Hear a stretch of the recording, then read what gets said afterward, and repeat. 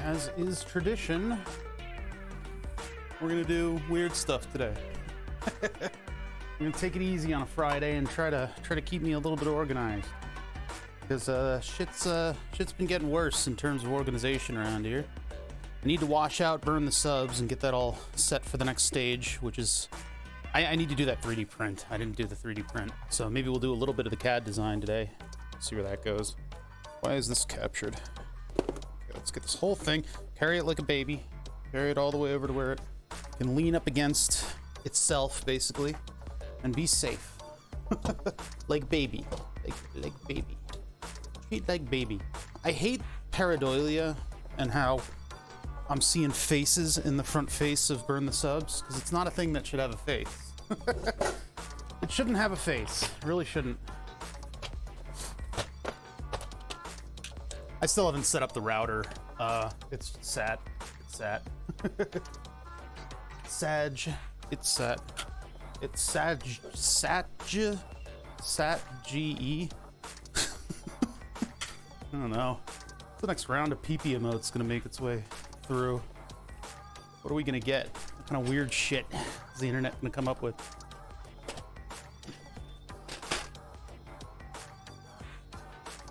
Get all my toys, put them away, because we got a big thing that's gonna be coming out onto the desk.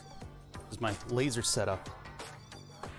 I want to make a ring laser gyroscope. I don't know what that's gonna take. A lot of effort, that's for sure. But I have to prove that the Earth isn't round. Have to. Well, we need a ring laser gyroscope.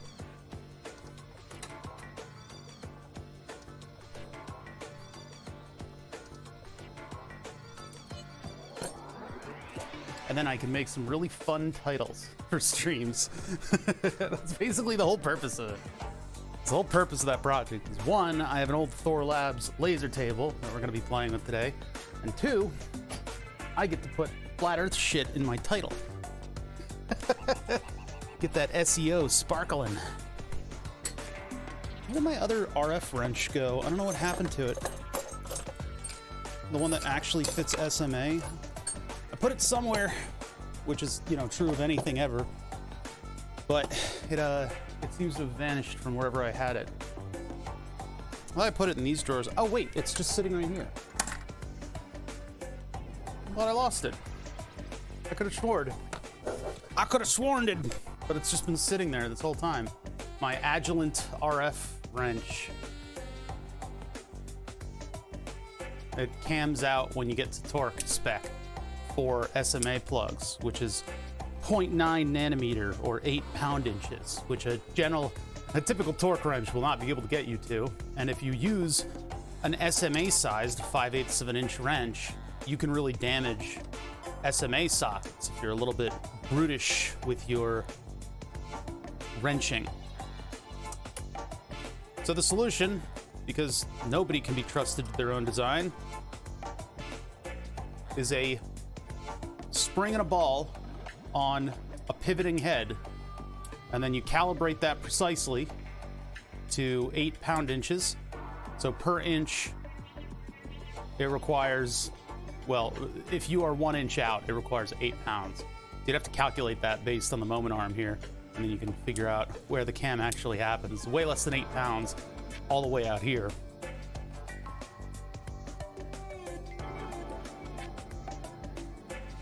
One, 2, 3, 4, 5, 6.5. 6.5.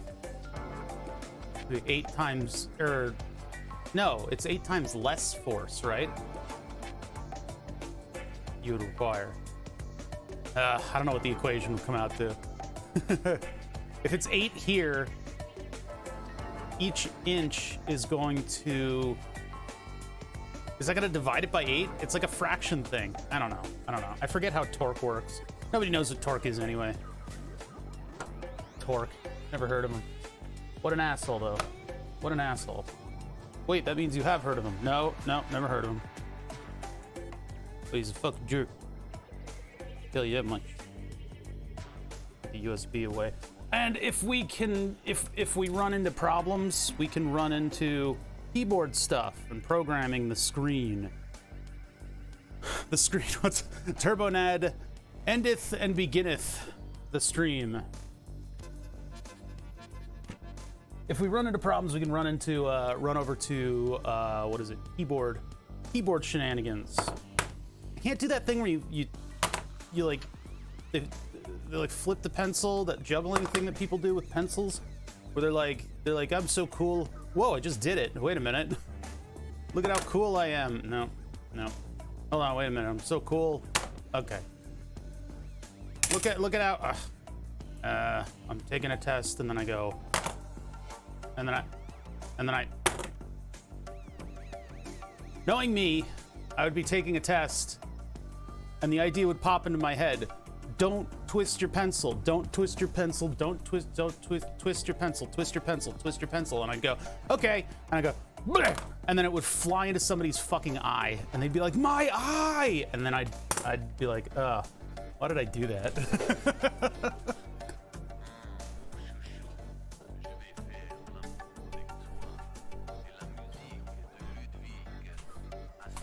Put the multimeter away too.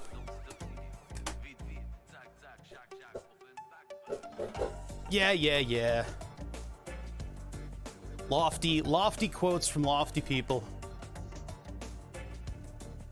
Oh, I see. You modified it at the end. Got it. I started reading and I immediately just like, bleh. Friend of mine, whenever he builds stuff with Lego, basically all he can do is very much an engineer. This is the same person who would play SimCity, the old school SimCity like 2000, and he would just block out like exactly what the optimal number of like residential and et cetera, right? He would start a new map, all flat, do exactly what he needed to do to optimize it, and then he would start a new map, flatten whole thing, do exactly what he needed to do. I don't know why he even played the game and didn't just open up an Excel spreadsheet. But anyway, this same person, what they did playing with Technics back in the day was find all of the gears, all the Technics gears, and make an insane gear reduction. And I think we calculated it once, and it would have been able to put like planetary levels of torque into a thing just because of the multiplication effect of gears. It's like the last cog just would not ever rotate on like a glacial time scale.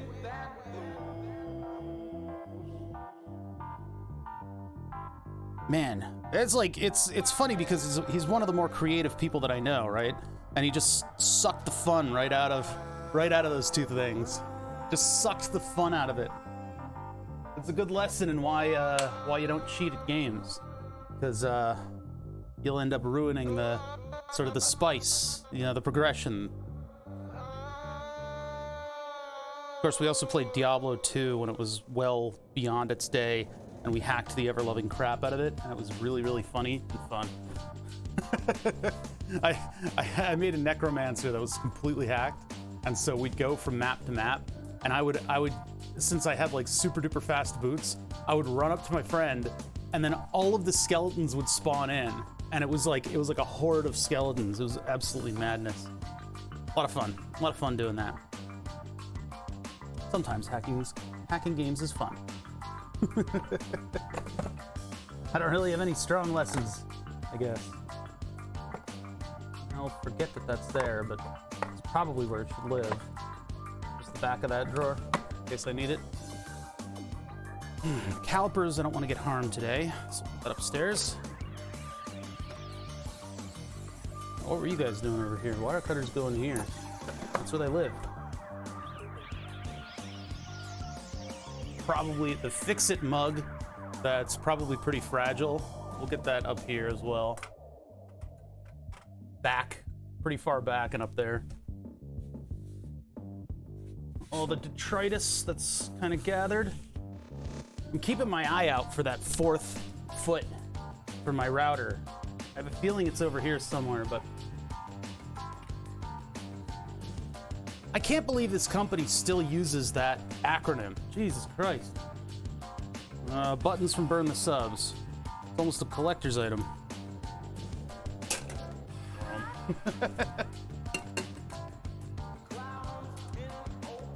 That's a German company. EVE Online. I don't want to play EVE Online.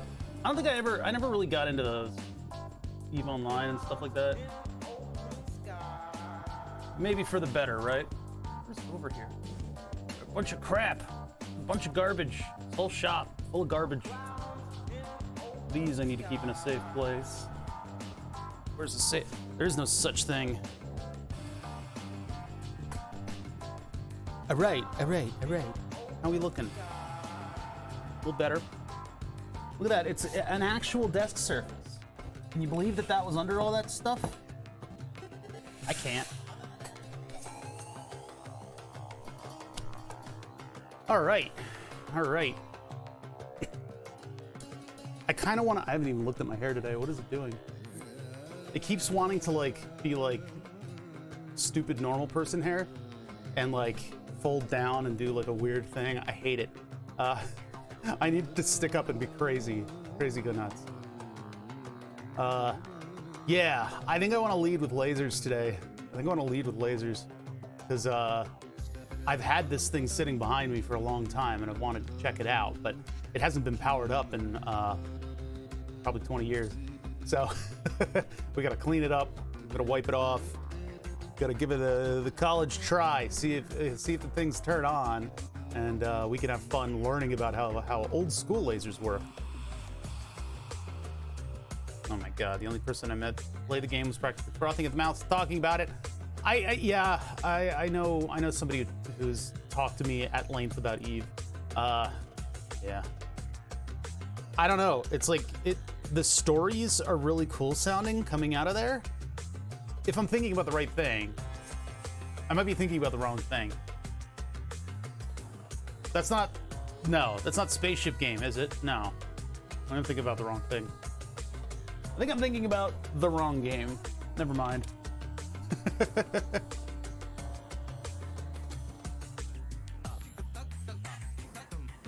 If I'm thinking about the right game, it's the one where if you play it, it's basically a spreadsheet simulator, but if you tell stories about it, they're pretty exciting, right? Like a lot of crazy shit goes on behind the scenes, but it's not, none of it happens quickly. It happens over the course of like months. I need to get this screwdriver back to somebody. That's not my screwdriver. Yeah, faction stuff, like the one guy who, I guess, spent, what was it, like 7 years getting revenge by becoming the head of the guild that snubbed him and then destroying everything in one day. Like years of work, just gone. That's absolutely fucking wild. Some crazy stories coming out of there.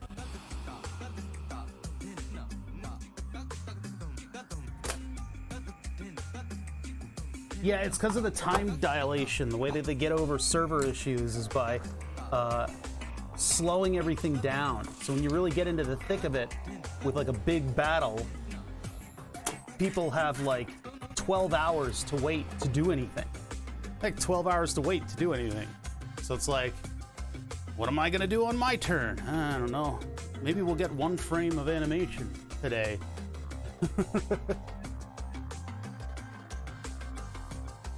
This is weird. There's nothing on my desk. This is weird. Look at this. Empty. Empty desk.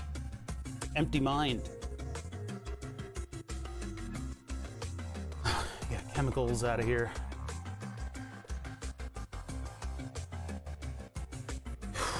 Man, we got a lot of work to do on so many different projects for me to actually get stuff done.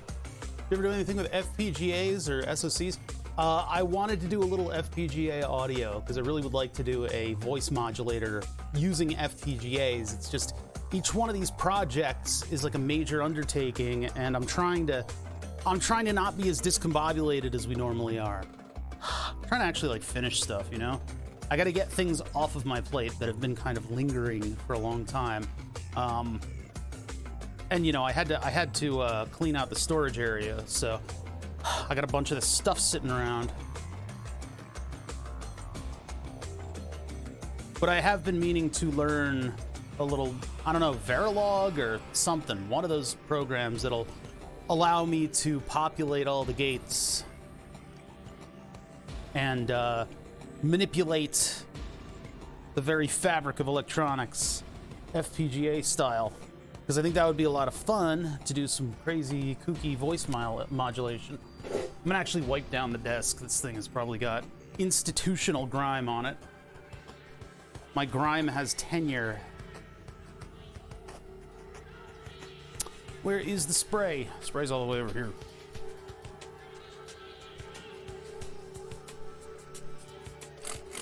And then at some point, I need to burn out so that we can play My Summer Car for a while. Looking forward to that. I have this, what is it?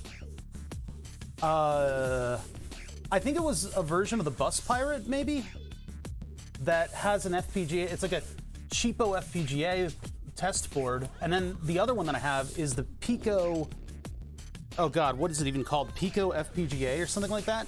It's like an Arduino-sized FPGA. It's pretty goddamn cool. So I kind of want to use that in order to do some audio stuff.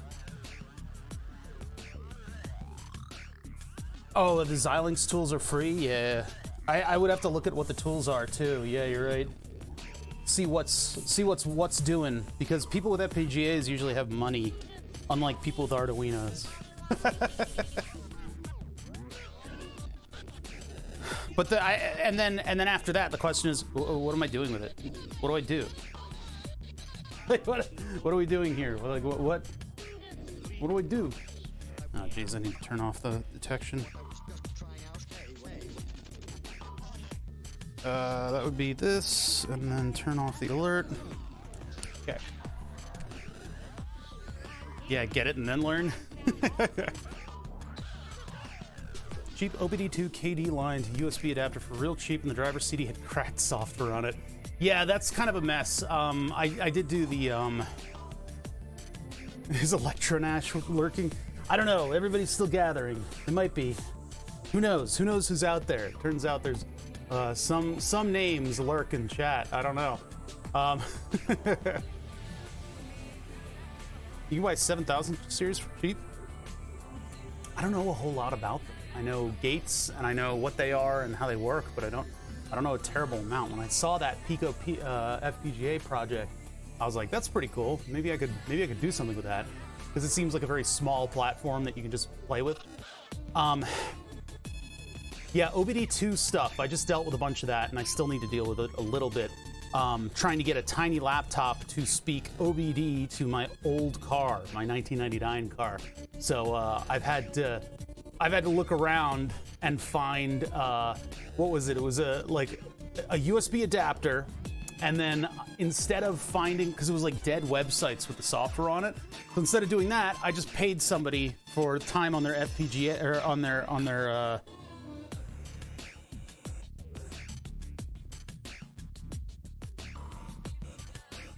the old school kind of like server where you share files. I forget what it's called. I forget now, but to like get into their FTP, server, and then just download like 14 gigabytes of the professional BMW tools that do that era, including all the manuals. That's what took up all the space, all the manuals. But yeah, that was interesting, because the older OBD stuff is a mess. At least he didn't say PBS, yeah, right? It's a mess though, all those old tools, because the car company just abandons them and moves on.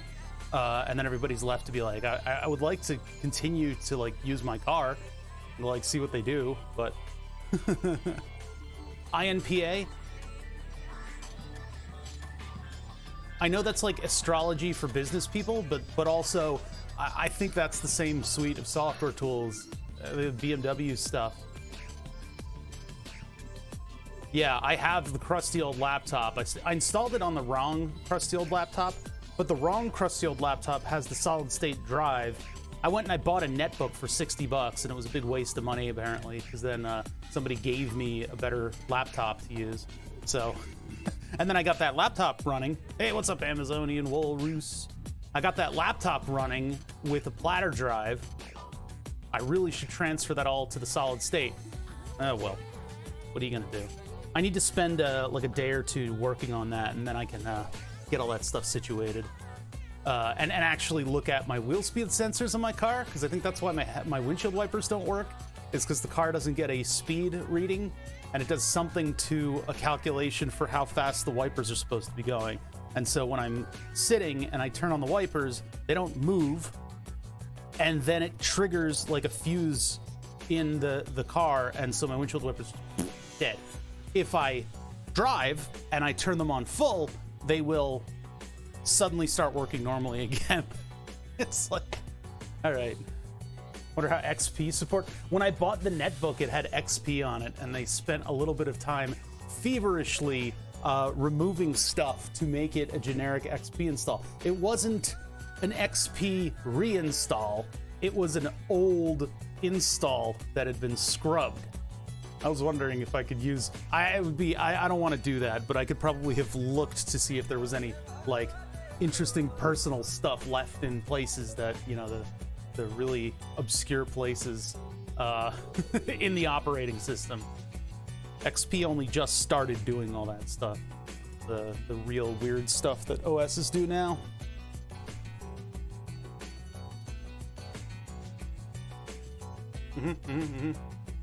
Blank desk. Nothing to look at there. What's going on over here? Oh yes, detritus. Nothing to look at there.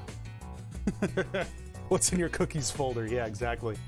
There was some evidence of programs that uninstalled and didn't get rid of like cache files and stuff, but it was all just pictures of buttons and things. So it was all just little tiny pictures of like arrow buttons for whatever OS or whatever front end the software had. But it was funny because it was like, man, they did not do a good job of scrubbing this OS. I wonder who died and left a netbook to somebody. $60 was a fucking ripoff though for that thing. I was just gonna use it as a car computer, but it's a little bit.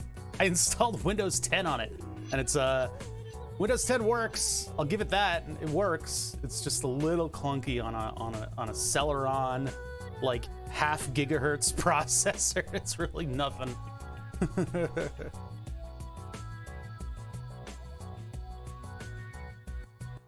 What is my glucose level stuff doing right now?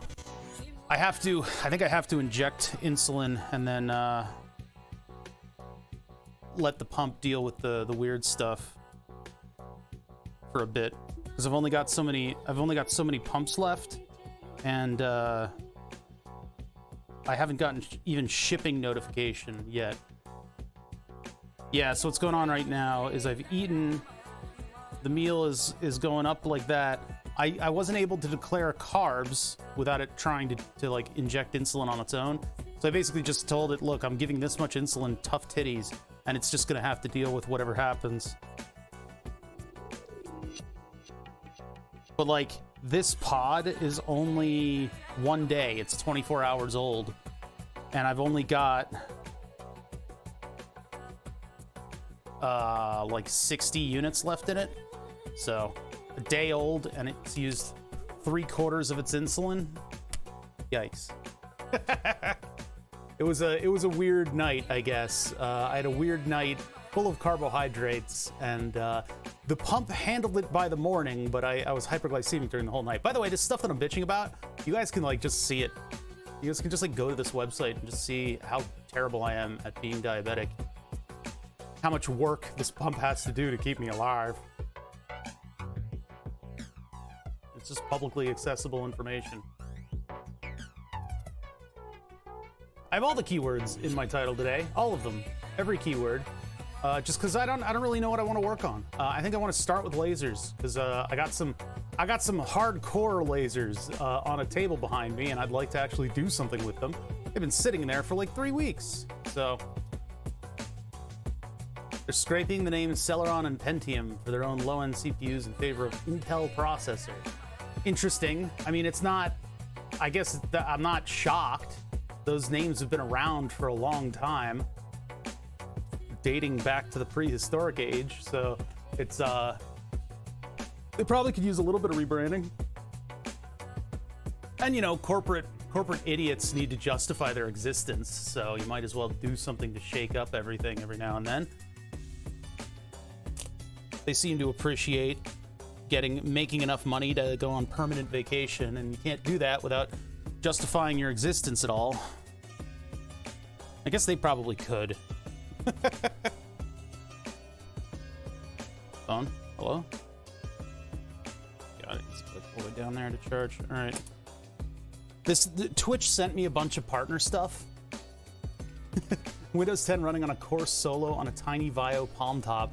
Yeah, Windows 10, like I said with the netbook, it runs, but it runs. Windows 10 is oddly good at running on very, very slow old systems, except that's all you can claim. I think I could open YouTube and it would eventually start playing video, but man, it wasn't exactly a pleasant experience. There we go, got it to charge. So I have this rubber Twitch Glitch logo, and it's got a wireless charger in it. And I guess it's meant to like sit flat on your desk or something. Somebody didn't think enough through this. But what I've done is I've taped it up to a piece of carbon fiber that I lean my phone against during stream, and it's able to marginally keep my battery topped off. It's not like it's a USB-C device. It doesn't have a ton of current in it. It's an old wireless charger, so I'm sure it's just trickling power into the Pixel 6. But it you know, it keeps it alive during stream at least, and in my field of vision, so I don't miss stuff that's going on, like if we get robbed. Or if somebody breaks down the front door. Am I on my way to being 300? I don't want to be. I don't like being in the 300s. 250. Bad. It'll go down. I wolfed down lunch way too quickly, and it was a carb-heavy thing, so. We'll get started soon. I just need to let my body settle out. And I'll go grab lasers and bring them over here. Now, I say lasers, but one of them scares me very deeply, and I don't think I will be turning that one on today. We'll see where we get to. I don't think I have... I mean, I could plug it in over there with a 240 volts. It's supposed to be a 240 volt driver, but I think you could move one of the lines on the transformer in order to make it a 120 volt device. I don't know how much current it takes, and I don't have a fan for it. It needs a big fan that moves a lot of CFM in order to keep it cool. The fan that I bought for it back in the day was loud. It was interesting. I'd turn on this huge fan, and it would be moving an intense amount of air, and then you'd fire up and warm up your laser, big like photocopier laser. That's typically what they do with lasers. They water cool them. That's what the CO2 lasers do. You have a water jacket that's in the glass of the laser tube, and you just pump water through it. I don't know how much air you need to move across it and everything, but what that does is that allows you to not have this mad spinning, vibrating thing on your laser itself. Because when you get into optics, tiny little vibrations will betray you. Why everybody betray me? Tiny little vibrations will utterly ruin everything. So moving to water cooling with the laser is a great, fantastic thing to do, actually. Unless your water pump starts to go weird. But the way they do it in the photocopier is they have a like ducting that would go over to the laser. There's also a benchtop version of that particular model of laser that has two big 120 volt fans on top of it. I don't know how you get over the vibrations with that one. I don't think you're doing holograms with that. Got like a spot over here from my previous pump. Yeah, let's get started. I don't know where this mix is going. It's starting to break down. So we'll do that. Do a little bit of this. What was I doing? Do a little bit of this. Do a little bit of that. How's it going? I actually got a decent amount of sleep last night for some reason. I don't know what got into me. I want to just do miscellaneous projects today because I'm losing control of my life and I'm starting to burn out. So what I would like to do is just do. We just do stuff. Let's just do stuff. I've listed a couple things that I kind of want to get to. What's up, Murderholic? I've listed a couple things in the title that I want to get to. I think primarily of those things, I want to play with lasers because I used to fuck around with lasers all the time. I love them. I love them. They're so cool and weird. Problem is, one of them scares me deeply. It contains chemicals wherein if the laser tube were to break, I would have to dispose of them not only in plastic bags, but I would have to put a little bit of water in the plastic bags in order to dispose of them. We can look up the model of laser. Maybe I can find that passage where it talks about the safe disposal of the internals of that thing. Maybe we can find out what the hell I'm gonna do with all that hardware, because it's just this thing that's been collecting dust for 30 years, 20 years. But I mean, yeah, I want to look at this stuff. I want to check it out and see what it does. And we can get the helium neon laser going because those things are just normal. So, all right, let me go grab, go grab the lasers. They're on a, so originally, and I don't have a photo of this available at the moment. Take me a little bit of digging in order to find it. Mounted to the Bothermobile. What, like, Information Society, that old 80s one-hit wonder, made a whatever car that was. It's called a laser, and they actually put a tube laser on it, and they had it controllable with like a little joystick on the passenger seat. Weird. Anyway, not doing that. These lasers originated in high school for me. When I was doing a laser show. We had like a science presentation to do, and I took a piece of cork board and I attached some motors to it, and then I got a little shitty like laser pointer. I think I wanted the laser pointer, and they were expensive back then. Got the laser pointer, and then I just put the laser pointer into the mirror that had a motor, spun the motor, it makes a circle. And if you do that a couple times, you get like a kaleidoscope effect. So I did that, and then I kind of kept upping it. I kept upping the ante on that project because I happened to know people who were doing like research and stuff. I had this laser behind me loaned to me temporarily, permanently. I never gave it back. But I had a tube laser loaned to me, which is much more coherent than a diode laser. So I was able to put that together, and then I put like a fan in the beam path, and I got a little like stepper motor vibrating thing that responded to audio, and I was able to make this whole laser show. And then things got a little crazy. I got a blue-green laser from a copier that had an override on it where you could pump the power up. And then I decided that I wanted to take the red laser and the blue and the green laser and combine them to make white. And that's what that table is behind me, the giant aluminum plate that I bought from Thor Labs at great expense back in the day. And I managed to combine the beams and make a white beam. And then I had no other mechanicals included in that at all. And I stopped. And it went into storage as my precious laser stuff. And that was that. In fact, I actually have the front plate for the laser show right here. I used Comic Sans on the labels. I don't even think that was ironically. I don't think I even used Comic Sans ironically. But yeah, there's all kinds of like stuff to control there. And I discovered that you could laser print labels and mount it all on there. The precious 611 record store stuff. Oh yeah, and then the weird pants that I wore at the time. All kinds of weird shit on this. Oh, there's a sticker from where I bought the laser from, huh? Yeah, a big excuse to put a bunch of stickers on a thing. Ow! Brightest acrylic that I could find at the time. All right, anyway, but that turned into a semi-professional laser setup, and then nothing ever happened to it again. I have some galvo motors that are from like the 70s that would be great to hook up to an Arduino at some point. Galvo motors are specifically designed to precisely move back and forth in sort of a vibration pattern, and you can use those in order to steer your beam around and do all kinds of really cool shit like that. That would be cool too. I would love to be able to do that. Use those galvo motors for a thing. They're probably horrifically obsolete at this point, but it would be fun to play with it sometime. I don't think we're gonna get to that today, but that's on the table.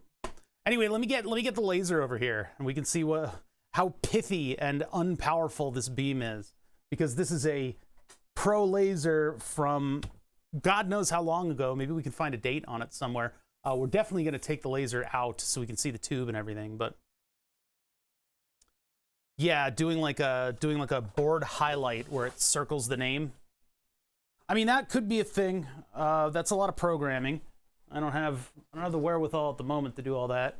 I'd rather just get this burn the subs working at all, because it certainly doesn't do that at the moment.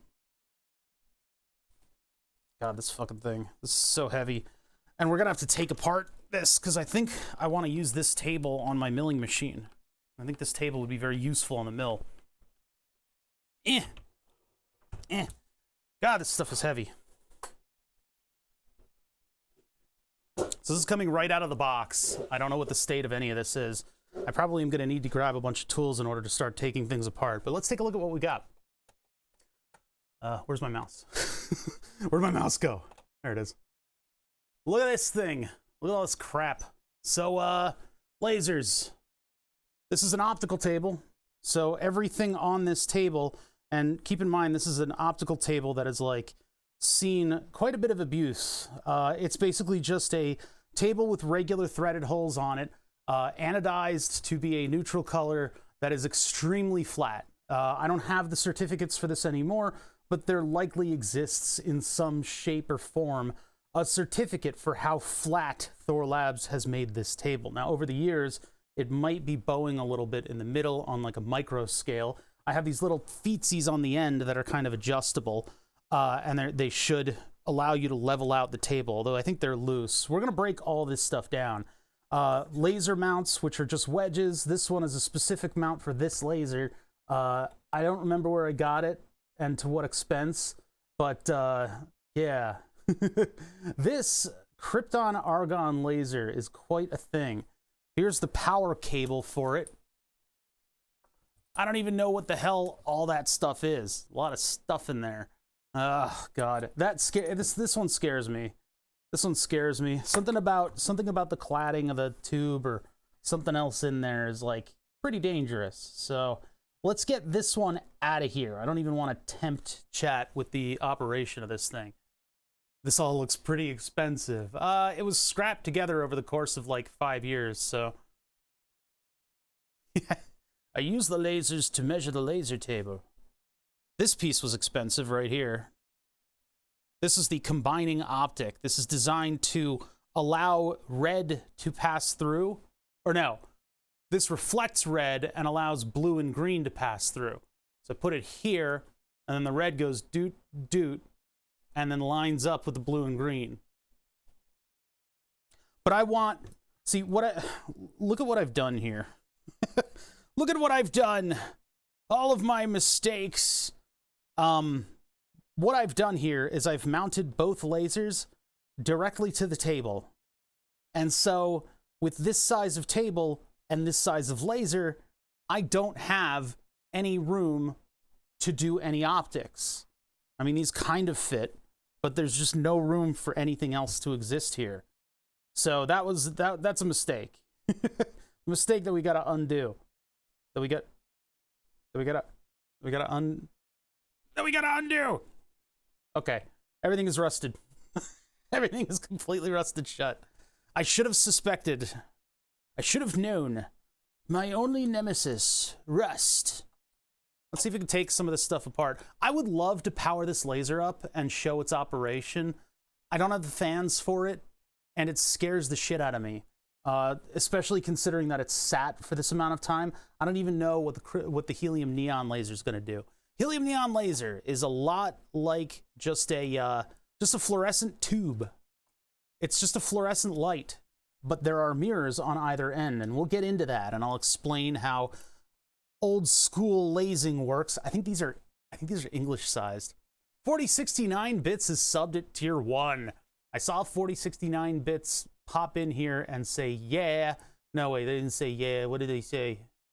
They said one thing, and then they decided to sub. Well, thank you for subbing. It was kind of a special event today, because we're screwing around with like stuff that I used to know a lot about.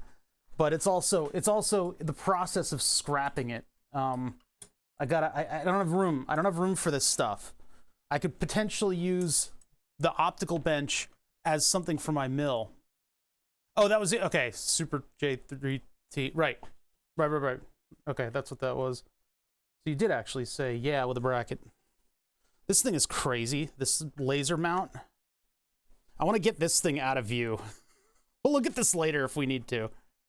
I don't know what's inside of it or anything. I had always toyed with the idea of taking it apart. Oh god, I think swinging these in place is just not happening. Let's just get them out of here completely.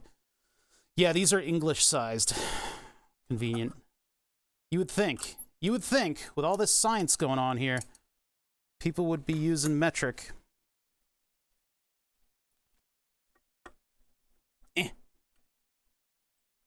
And this is covered in like, you know, tens of years of dust. Oh, Jesus Christ. And then to top it off, this thing was stored in styrofoam. So there's styrofoam nonsense all over it. Thank you for your time. Hey.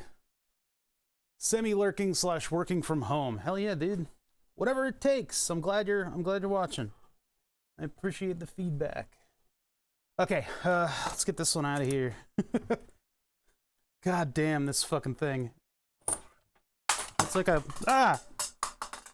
science space gun. It's actually pretty clean on the underside. Danger, laser radiation. How many watts? Class 3B, huh? Manufactured June 1995. This laser product complies with 2 CFR 1040 as applicable. So this is, I got a model number and everything, and it's Psionics, a division of Uniphase, San Jose, California. Jeez. Those are some weird sounding companies. Look at this fucking thing. The other model of this one has the fans on it already, so you don't lose them. I, however, do not have such weaknesses. I've lost the optics for this long ago. Or sorry, lost the fans for this long ago. There's the back mirror and all that stuff. I don't know what you guys can see. Hold on, I gotta click back into the other window. I mean, it looks like it probably still works, to be honest. I just don't know if I can provide power to it. God, what a beast. What a beast, and all for... I could probably spend $2 on a blue laser that would top this thing. Laser radiation, avoid exposure. I don't know how many... This would be measured in milliwatts, by the way. This thing would measure in milliwatts. It's not that powerful of a laser. It is a old laser, 1995. Your options were fairly limited. Okay, so now that that thing's out of there, we can get closer to the optical bench. Look at all this crap. All right, I'm gonna get more wrenches. I'm gonna need all of them today. And I'm gonna get the English-sized ones, which are fairly hedonistic to have. I don't understand. I haven't needed these ever until today.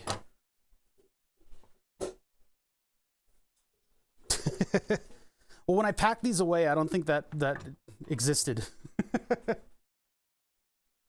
The methods for packing stuff cleanly. Maybe it did. The problem I have is that these are like very nicely machined parts. They've been anodized and everything, and they're like nice. These are like nice parts. What do I do with it? Do I keep it? Do I throw it out? These bolts are totally fucked. Oh my god. How's that the only thing that rusted? Oh. Yes. Hello. Hello to you, mount. All right, well, paper towels and Windex. I'm gonna clean all this stuff up, and then we'll kind of like reassemble things a little bit. I just wanna get it clean. There's a lot of grime. A lot of grime. Grime on my laser table? I can't believe it. Oh yeah, and this is the collar for the dryer duct that would take air away from that laser tube and cool it down. I have a fan that might work with it, but I don't think I have duct. I don't think I have duct for the fan. So I don't know if we'll mess with that today. I just don't know. I don't know if we'll mess with that today. Let's see. Spray, wipe. We're all set. Almost as ghetto as the fish tank pump that cooled my CO2 laser. Hey, fish tank pumps are fine. Those are a de facto standard in early water cooling. You can't get away from them, in fact. Look at all this aluminum. Jesus. To think now I could probably come up with a better mount on my own, with my own little mill. But back in the day, it was, how am I going to put this onto the... How am I going to put this on the optic table? I need to find a mount. I need to buy a mount. There was no option. It was like, I need to buy something. And it was like, I didn't even consider making something. Probably should have just taken a piece of wood and a couple tube clamps and just kind of like put it all together. Because I think at the time I was starting to go into the wallet to solve all these problems, and that's not where these problems should be solved. They should have been solved out there in the real world, not just with a pocketbook. This does have provisions for 3 feet that I don't know where they went. Bop, bop, bop. And then I guess you can move the posts if you want. You can move the goalposts almost as much as American politics on a weekly basis. All right, so I'm going to put this back together and get that over onto the other table. Why you move out of the way? You go over here for now. Oh, there's like little circles of crud for where dust is falling through these open holes. Oh, I see where you're coming from with that emote. Now I know. Now I know what cat dragged you people in here. I love TurboNads emotes. They're a lot of fun.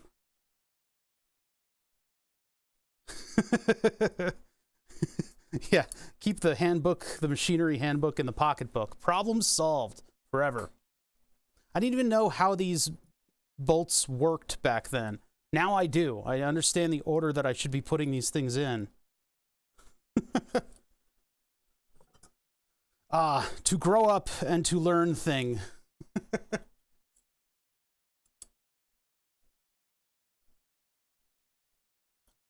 Wait a minute. Why is that spinning freely? Huh? Oh, I think it's stripped out. Oh boy. This is trouble. So the puppy had her second vet trip today, and she got home from it and she wanted to play. So I think she did really well. She didn't seem too traumatized from it. She liked seeing all the other animals. Yeah, this is like the wrong size, or it's just stripped out. I don't understand.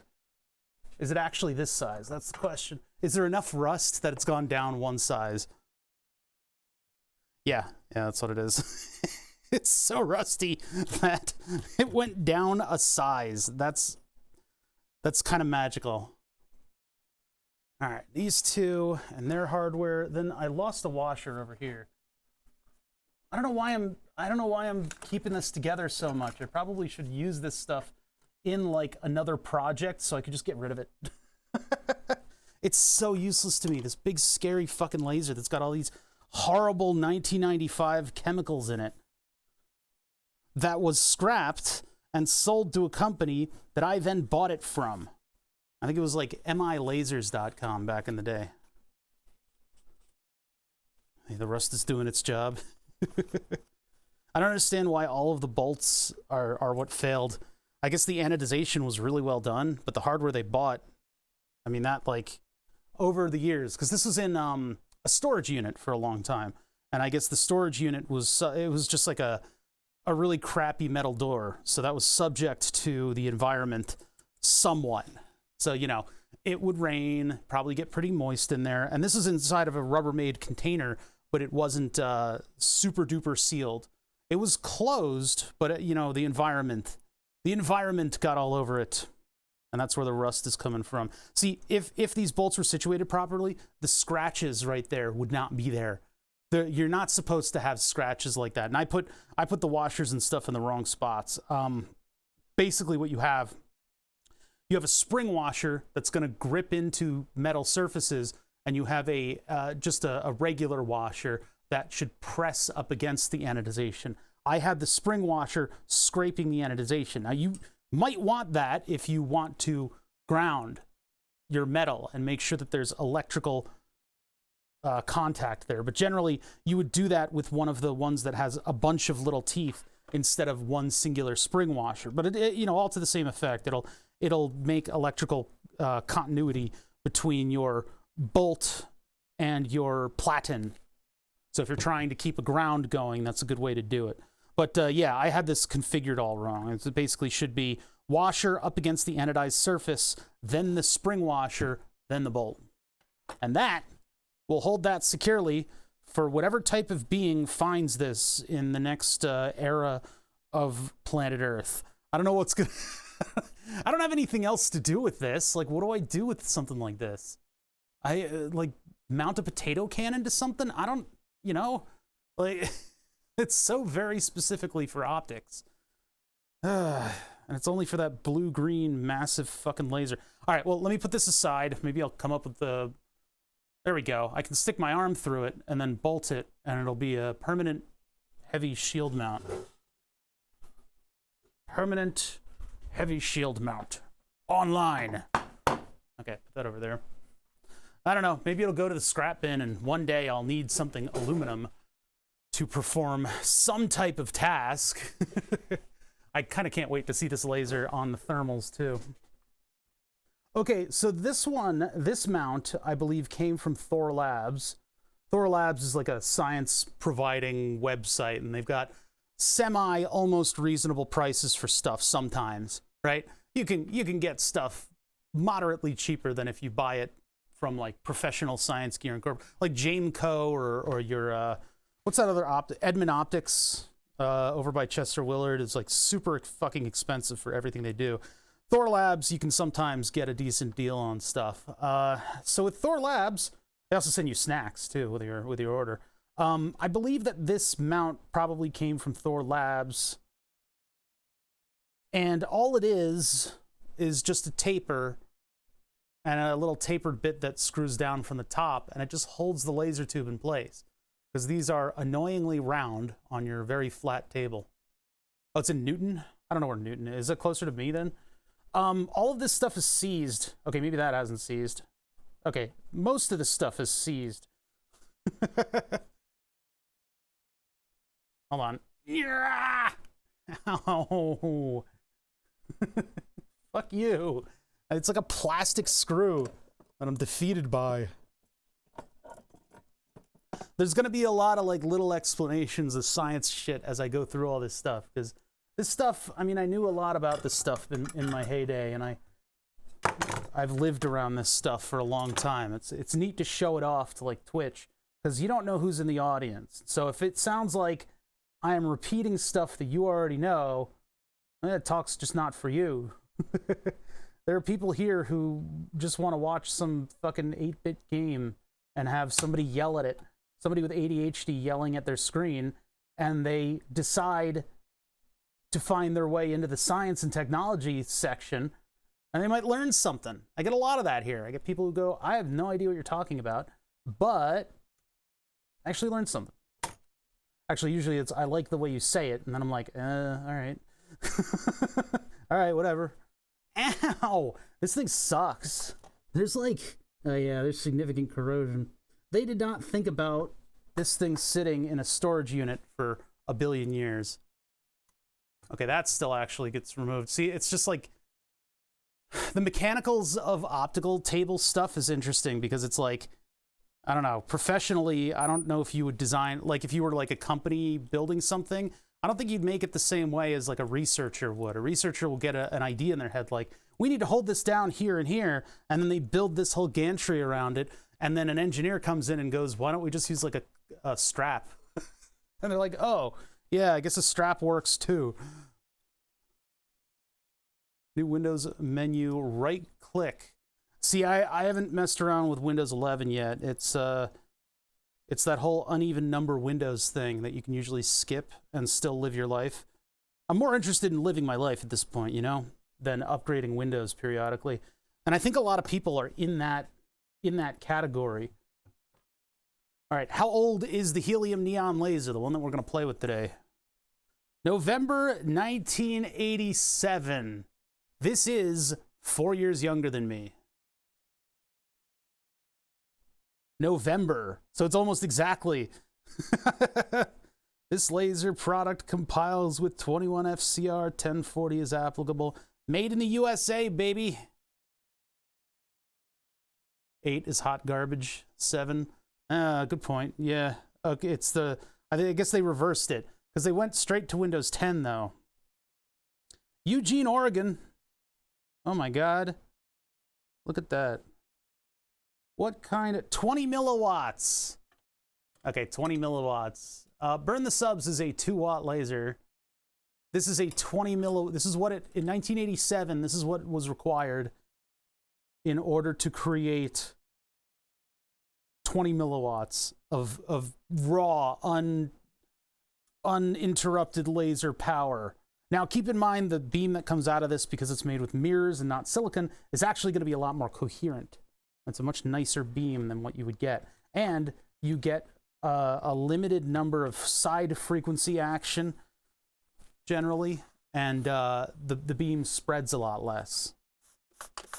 Just going to clean off the metal outside of this thing. Now, there's a lot of hidden fasteners in this tube, so I'm not certain that we're going to be able to get the tube out of here. I think I've tried in the past, and I haven't gotten very far, but I didn't know what I know then. Now, know what I now know then. Know then what I now then know then. I don't know. I'm not sure is what I'm trying to say. This thing has been through the ringer. Now, keep in mind, back in the day, back in 1987, when this thing was manufactured, the way that you would get laser light is by having something that would fluoresce, something that would let out photons, so some type of light, and then you would put 2 mirrors by that light. I love old school science because it's just playing around. It's just like, yo, look at this reflection in a mirror. Bro, what if you put like another mirror on the other side of that, and we got it to reflect back and forth like infinitely? It's like something you come up with as like a kid, right? Just for like shits and giggles. Like, what if I plug this Lego into itself? What happens then?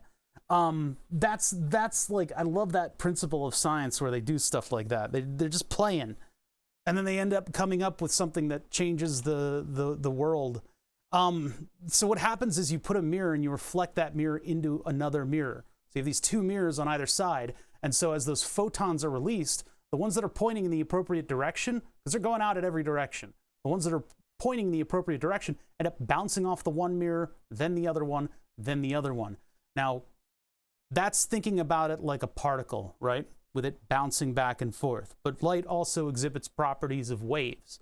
And so if you have a wave, or like a wave of excited particles going back and forth, if you line up your waves, they will synergize with one another and create a larger wave. So all the photons that are running in that same direction in order to get the multiple reflections will start synergizing with one another until enough of that has built up to get an appropriate light level to overcome a partially mirrored surface. So what happens to the photons that are going off in a different direction? Well, the waves don't line up and they end up canceling each other out. So within that beam, you have coherent photons. That's a very important principle of lasers. That's why we're able to do all kinds of crazy experiments like the double slit and all the other, like, holograms and stuff like that. It's because of the coherent photons that are running around. So anyway, they get powerful enough to overcome that partially mirrored surface, and they fly out, and then they hit a surface, and that surface is not completely smooth and flat. And so those coherent photons then pop off in all different directions. And as they do so, they do the same thing that happened when they were becoming a coherent beam, and they start canceling each other out and making an interference and diffraction pattern. And what you're looking at when you look at the sparkle of a laser beam are those coherent groups of photons and stuff making, bouncing off of an uneven surface and flying off in every which direction. And so that looks like sparkliness. And we can use that sparkliness to basically get a very, very precise idea of where something is. So you have the laser mice, where they shine a laser beam down, they look at those sparkles, and the change in those sparkles represents where you're moving the mouse. That's why people give all kinds of credit to lasers for being, you know, accurate, and this and that and the other thing. There's yeah, it's just interesting stuff. Why is there? It looks like stuff is like leaking out of this thing.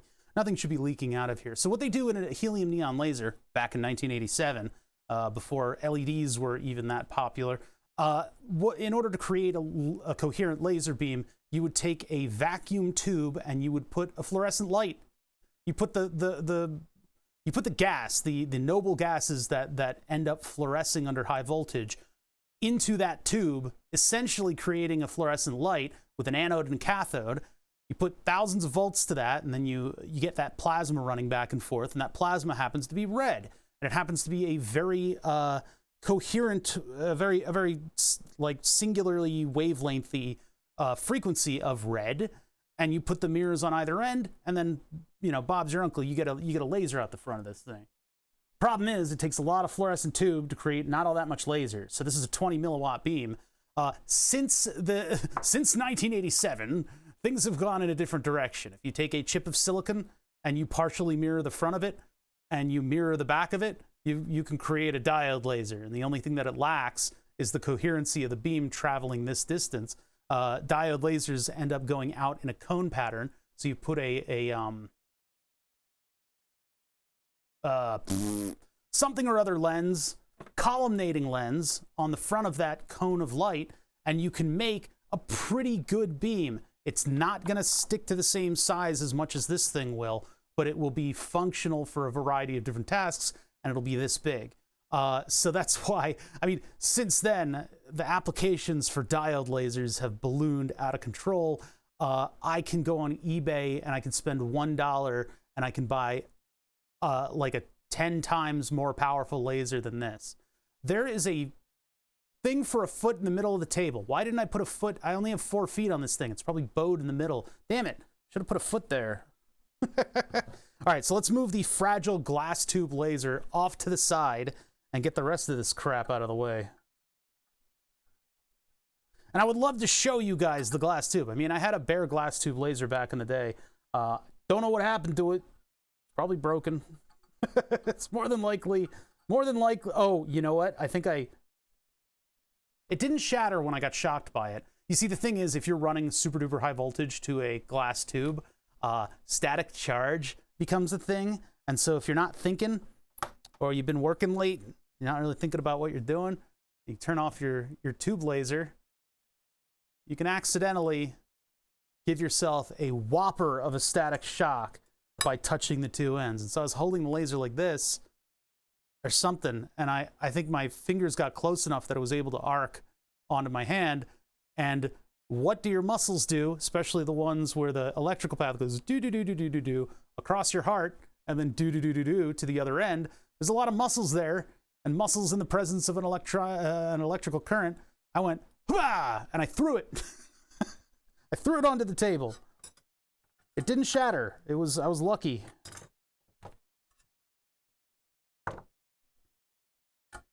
Only 2 bolts holding this thing in. I'm so inconsistent. Where the hell did I get this? I like barely even... I guess it works. The other thing about these optical tables is that everything is anodized, and anodization actually adds microscopic, but it does add material to the table, so it helps to go through with a tap and re-tap all the holes. I didn't do that. I have a nice tap kit though now. Maybe I could. That's a lot of work though. It's like a couple hundred holes. Yeah, muscles will typically grip tightly on stuff, and that's why you have your surgical 2x4. There's like dirt. There's like dirt in this. Why is there dirt? Why is there dirt? But yeah, usually you grip harder, but I mean, with something like that, it just jettisoned. So I'm sorry my muscles didn't work the way that you say they should. Sheesh. But yeah, a friend of mine was like on a an electrician style job site, and they had this old worn 2x4, and apparently it was because if somebody touches something they shouldn't, you whack them as hard as you can with the 2x4, and it knocks them off of gripping whatever they're gripping. Just give these a once over because everything's covered in grime.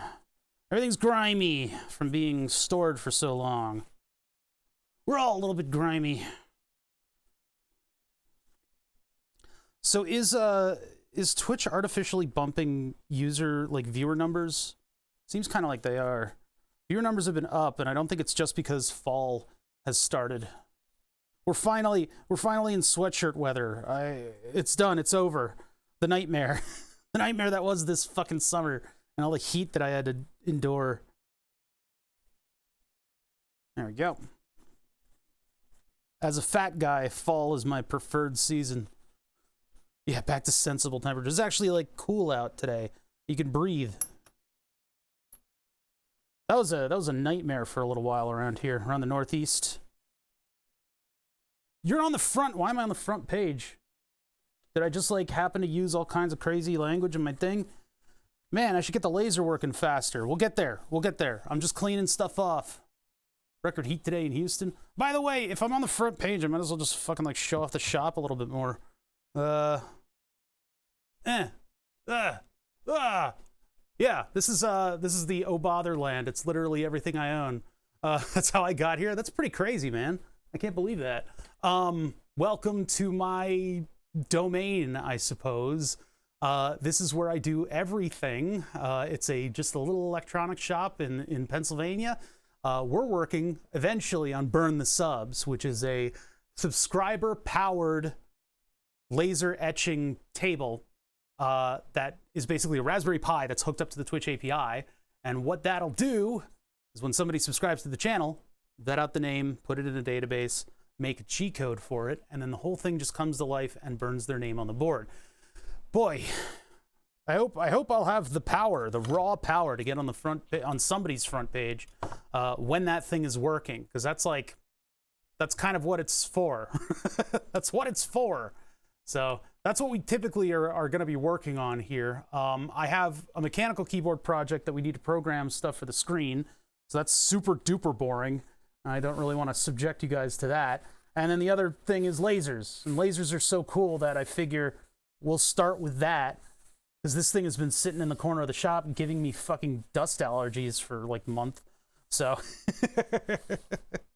this spawns from my high school ambitions to have a professional-ish laser show. I think this is rust. I'm a little worried about this stuff.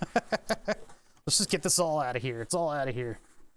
But yeah, Burn the Subs runs off of a 2-watt diode laser that sits in a tiny little laser holder. And it's good enough to etch names pretty accurately.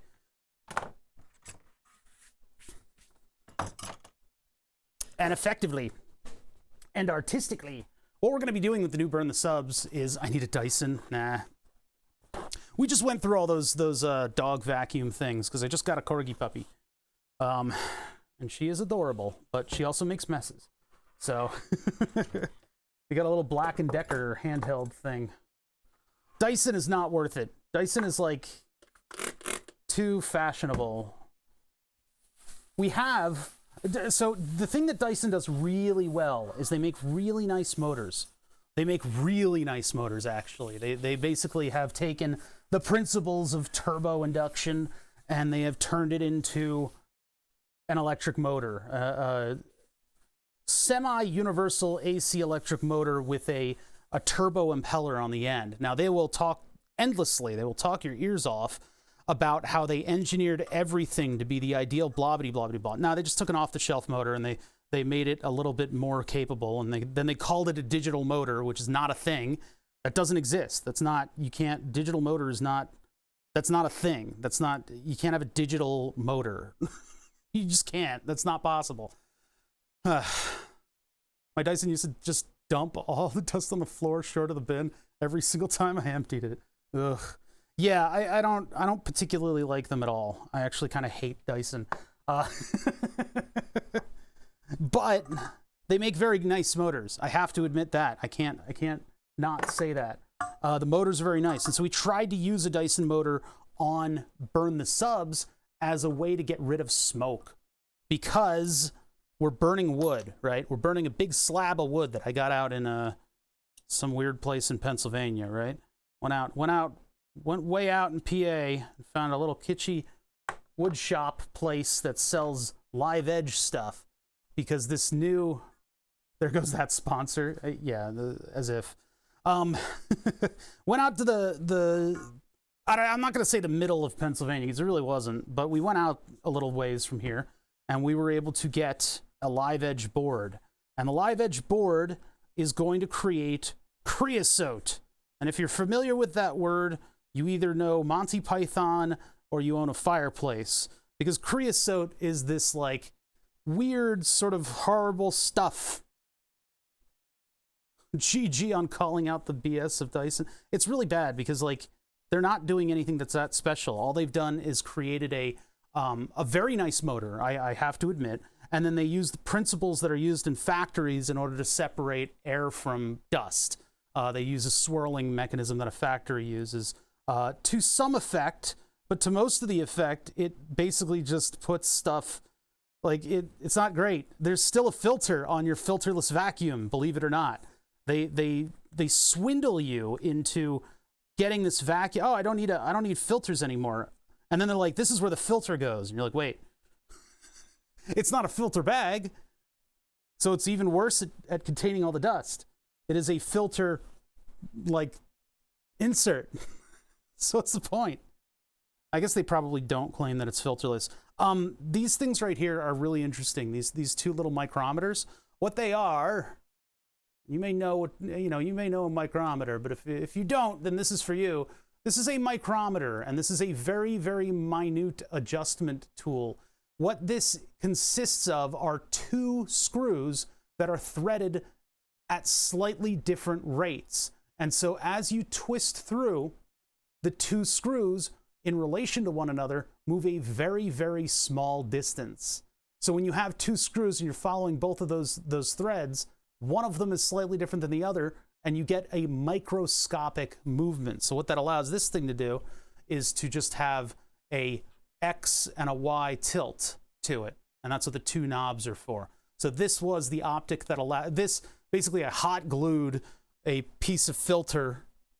Front surface, by the way. Front surface is very important in optics, because when you go through a piece of glass, it refracts. If you have a front surface mirror, you create one laser dot off in the distance. That's why this is a special optic, even though it's really, really in bad shape because it's been exposed to the atmosphere for so long.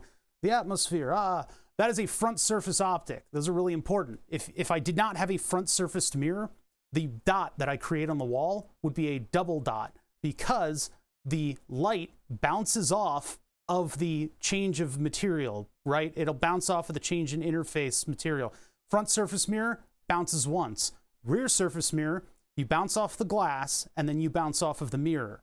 So you can see that if you just look in a regular mirror, like in your bathroom, you can see on edges there's kind of a little bit of a double image, because you're looking at the reflection on the glass and on the material that is supposed to be reflecting, on the metallic material. So yeah, this is supposed to be, I mean, really the optic is supposed to like go in here and then get held down, but I couldn't find a circular, whatever it is, combiner optic. We took apart a projector a little while ago, and there was a lot of this kind of stuff in there. I don't even know where the 0 point is on both of these. Just try to put them at the same height. There you go. Yeah, so this is how optical benches typically work. You have, for optics, I'm self-taught. I'm self-taught with optics. I went to Drexel University, because this is the stuff I was doing in high school, by the way. I went to Drexel University and I studied controls and robotics. And so I'm an electrical engineer by trade. And then immediately out of college, I got a job reverse engineering IEDs, because those are all the craze back then. Reverse engineering IEDs at the FBI. And then I did 10 years of that. Did tracking devices for a year or so. And then I did medical device design in Philadelphia. And then I got fired.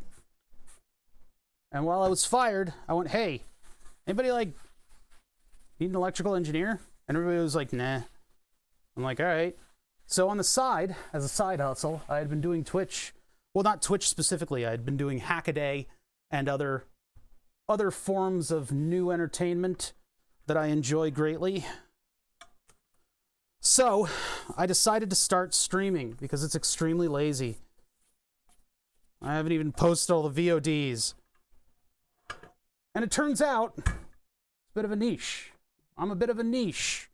You don't find this stuff on Twitch, because it's generally not profitable. I'm also a type 1 diabetic, so if I make over a certain amount of money, my health insurance goes away because it is assumed that I would be able to afford regular pay-for health insurance. Well, it turns out if you also decided to have diabetes at the same time, you're dumb. You're super dumb. Why are you so dumb? Why are you so dumb for doing that? This thing is not light. You know, there's this little valley of profitability that I reach where I die. I die of diabetes. Isn't that nice? Isn't that great? This is the world I live in. So anyway, I've been doing Twitch since 2016. And we've had general success in terms of what would be expected from a channel like this. Ugh. And I'm glad to bring this kind of content to Twitch. I'm really happy to do it because it's fun. We have a lot of fun here. We have fun, right, chat? We have fun. I've got the equations for fun. We just need to run them. Okay, we'll do that at some point. I mean, generally, like, you know, according to what I know, you guys should be having fun.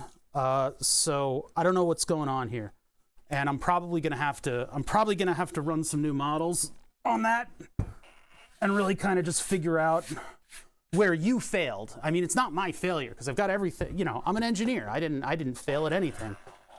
I have all this stuff precise and exact, and you should be having fun. It's not me. I'm the engineer. I know what I'm doing. I've always known what I'm doing. At every moment, ever.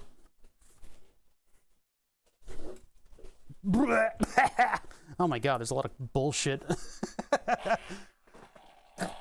I can assure you guys that this has been sitting for at least, 20 years. 20 years. My Aegis, thank you for subbing for 27 months. This is like Twitch HQ, like a little button lights up and they go, who the fuck did we let on the front page? Oh my God. What did we do? We failed. I've specifically engineered this to be fun. So I don't understand what's going on. We're gonna need to turn it off and then turn it back on again. So this optical bench, what am I doing with this? I mean, this just came from storage, right? I don't know what I want to do with this fucking thing. It's a giant piece of aluminum that's been precisely manufactured to be really good for optics. And I'm sitting here going, I don't need a paperweight this big. I think in the end, I probably want to put that on the mill. The shop is in a horrible state of mess, by the way. I have to admit to you guys that I have not had a lot of time to do the typical things that I do around here, like keeping this place functional and clean, because of one little thing that happened, and that's that we got a corgi puppy. So those of you who are in the Discord have seen a billion pictures of this fucking thing, but you know, I'm gonna show it off again. Her name's Willow, and she is an adorable dog. She's absolutely cute. Look at that little face. 20 years, is that hoarding? Considering what it costs, no. Look at her little face. Not a single thought in the world. Here's the one ear down, one ear up. She's I think 15 weeks old, and boy oh boy is she cute and manipulative. She's very manipulative, but she's very fun. And yeah, I've posted about 250 million pictures on Discord of this little thing. I know, look at you being a proud papa. I know. How could, listen, if you had this, like, chilling, hanging around, biting. How would you not? How would you not? So yeah, I haven't had a lot of time to do the typical shop stuff around here. I've been stuck in the puppy room, in the puppy realm. The puppy realm calls. So that's why we're doing stuff like this on stream. But also in doing stuff like this, we get to play with lasers a little bit, which should be pretty cool. I don't know if you guys are going to get the reverence that I have for this style of laser device, because when you have a fluorescent tube running your laser, there's something special about it. Let me clean off the feet and put them back on so I don't scrape up the anodization, and then we can get into getting the power supply for the laser over here and kind of putting it all back together. See if we can just turn on the laser and see if it works after 20 years. It literally was stored around the time I went to college, I believe. So, good times, good times. I can't believe it's been fucking 20. Jesus. All right, I'm not going to think about the passage of time. And try not to manually breathe. There's another one of these plastics. These are like the cheapest of the feats that they sell for the optical tables. Getting up to all kind of stuff today. Cool. All right, let's put all that back together. I don't know how much this thing weighs, but I'm gonna make a grunt noise every time I move it, just so that it seems heavier than it actually is. Oh my god.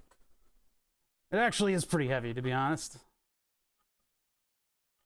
Yeah, these feet are weird. They're like a little sprung thing, and if you twist them, they'll help you level everything. I'm burning with lasers. Yep.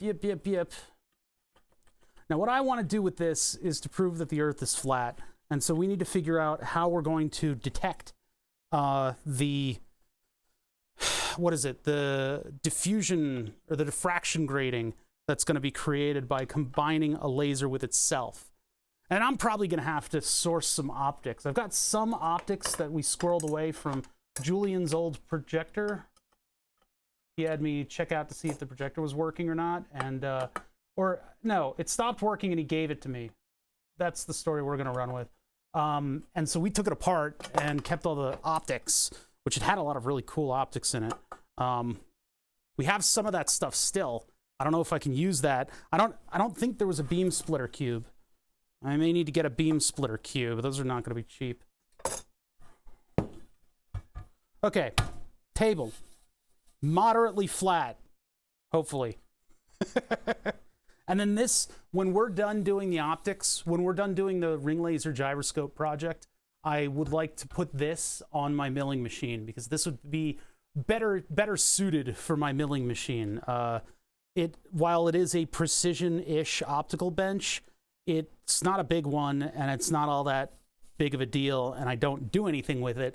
And this would be better as a hold-down device for machining stuff in soft metal. So, in my opinion, I am O. I'm O. Nice to meet you. All right, if I just put this down like that, I think I'm probably going to scratch the surface. So, what am I doing? Well, I mean, we're just looking at stuff, so let's just put that there, put this here, put it there. Now, in the past, I've tried to take this thing apart, and I don't know if I've taken the mirrors out of alignment. The tube around this is so that you can, like, actually attach it to stuff and not harm the glass of the laser. I would love to show you guys the glass of the laser, though. Look at this high-voltage connector. So it's done in a particular way as to separate the two terminals. It also has different sizes on the two tubes for it. So this keeps everything separate and from arcing with itself. So I would chase people around high school and stab them with this and then give them a shock. And then you could plug it back into the base station, charge it up again. You'd recharge all that static for some reason. All right, the control box for this thing. Basically just a big fluorescent light inverter from the 1980s. So this ought to be interesting. I do not know if this will explode. We probably should open it up. We probably should open it up and just make sure that the capacitors are okay. Oh, where's the key switch? Uh-oh. What up, Grumpies? Where's the key switch? I have a drawer full of keys. Let's see. Maybe it's one of the ones that I've been like, what does this one go to? I don't know. I don't know if I still have my laser show key. Now, considering the way key switches work, a lot of these key switches are pretty universal. They're not all that crazy. There aren't that many variations in keys, and if you get one that's remotely similar...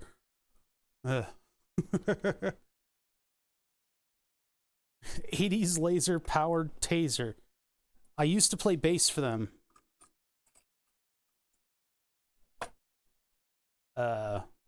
Surely not. No. the least secure laser.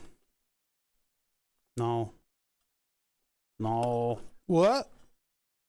Well, it doesn't turn the key, but it goes in. Oh my god. I'm getting allergies from all the stuff that we've been exposed to. Well, we know what the profile looks like. It's just not... It's not that one. I wonder if this is for the other one. That's a no. What in the hell even... No. There's no way.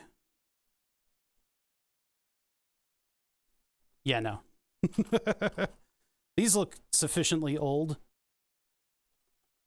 Nope. This one looks similar to the one that I found. Why I have two sets of these, I do not know. Some of these are also key switches for the laser or for the fire cannons that I did back in the day. We did a big propane fire cannon thing at Camp Bisco X. Long time ago. And the controller for that very specifically required to have a key. Otherwise, the fire marshal would have picked us up above his head and dropped us on his knee, cracking our spine into a billion pieces. Yeah, I don't have a key for this thing, so I guess we gotta. I guess we gotta break it all apart. Isn't it upside down? I tried both ways. There's like some of them just have no chance of working at all. So like this is a double-sided. These are like house keys. Somebody's gonna get into my fucking house. Or maybe my old house. Or maybe the locks for my old house that are in a garbage dump somewhere.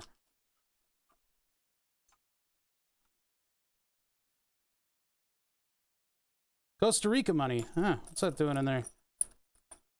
Yeah, I don't know. It's just these types that fit, and these are not that switch.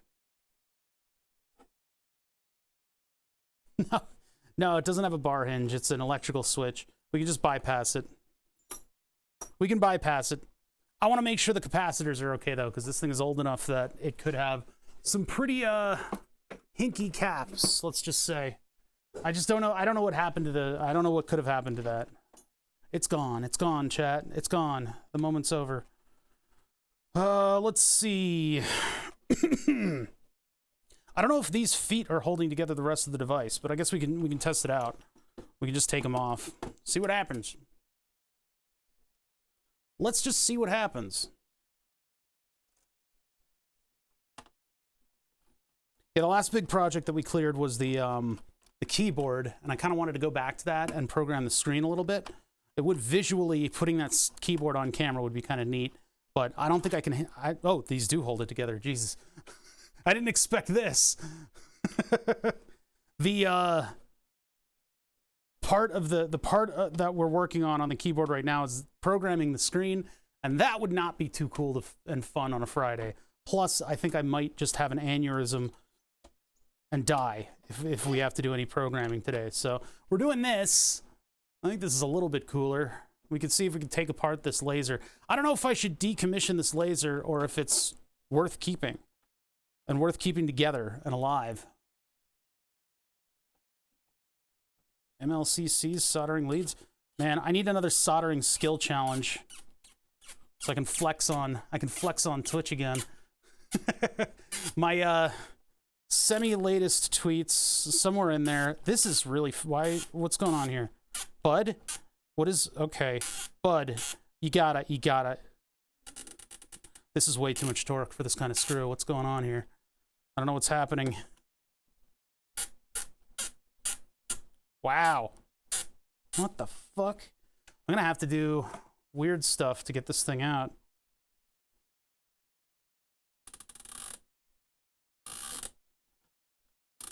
I always go to the wire strippers just because they have the grippy nature of the front of these wire strippers is really good at tasks like this. Even though it's not really the tool that I should be doing this with. I need like an impact screwdriver. Maybe we can do like a big one of these iFixit guys. iFixit goes a little bit larger than my typical. Well, this isn't the torquey handle. I think I can still get away with it. I could still get away with it. Yeah, there we go. Oh, that was so much easier. Okay, cool. The right tool for the right job. Okay, what kind of ancient horrors are we gonna unearth?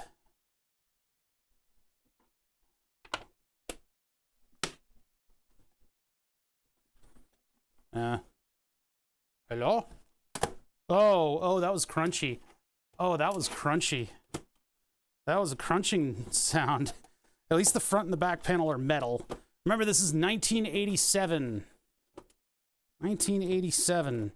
Most of y'all weren't even a twinkle in your daddy's eye back then.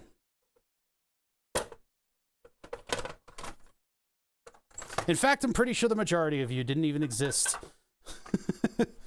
Some of your parents weren't even born, Twitch. I'm a little bit more confident.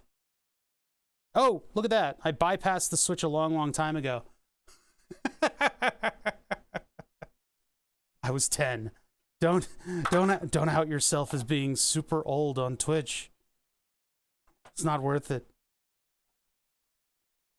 I know what that is. It's me. I've been there. I've bypassed the switch already. There are no visible capacitors. Okay. All right. It is a sealed box of plastic. Vaguely fabric-y looking plastic. Hey, look, it was 3D printed in 1987. Yeah. Chat's like, we found one. Look at how old they are. What's it like being dust?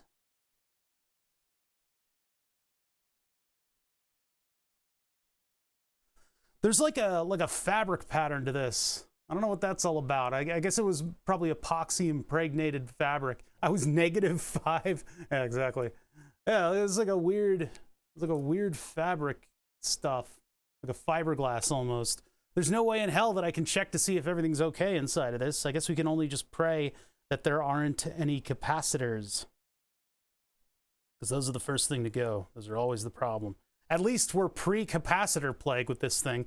Capacitor plague was something that involved the chemicals that went inside of capacitors from, what was it, like 1997 or 9 to like 2004 or something like that. It was like an incredible date range. And what happens to those capacitors is they fail.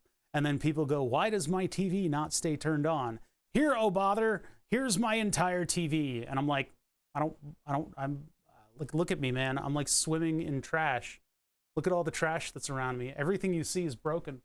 Everything is broken. Absolutely everything that you see in your field of view right now is broken. The water blocks, the early swirl water blocks, and the AMD card behind it.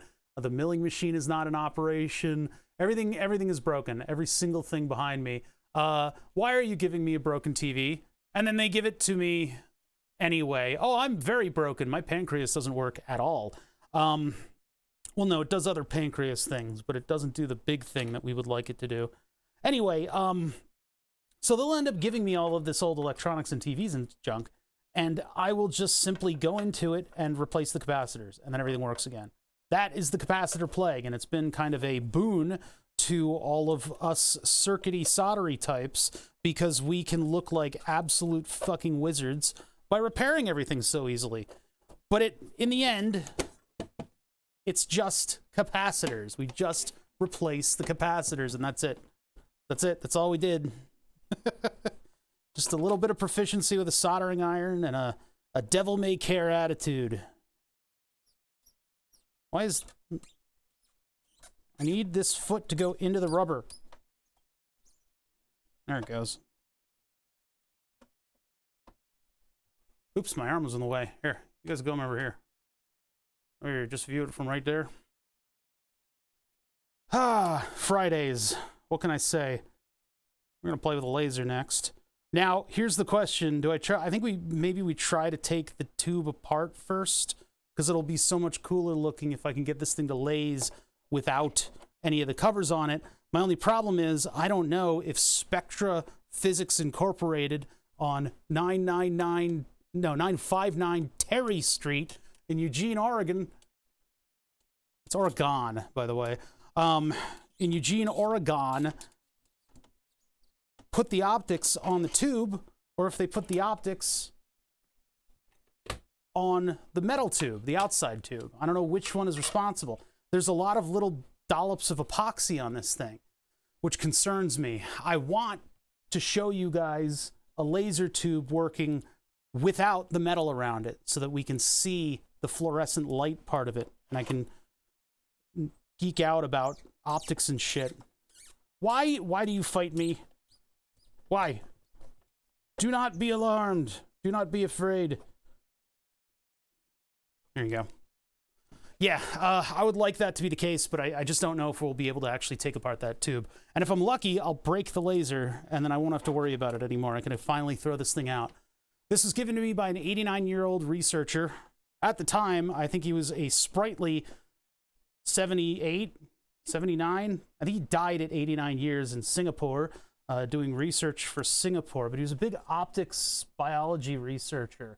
And one of the principal things that he worked on, that I worked on, was a brain monitoring device, wherein they would use frequencies of near-infrared light, shine it at your noggin, and then measure the optical output, the volume of light, at a bunch of sensors on the frontal lobe of your brain. And the reason frontal lobe is because that's the interesting part of the brain.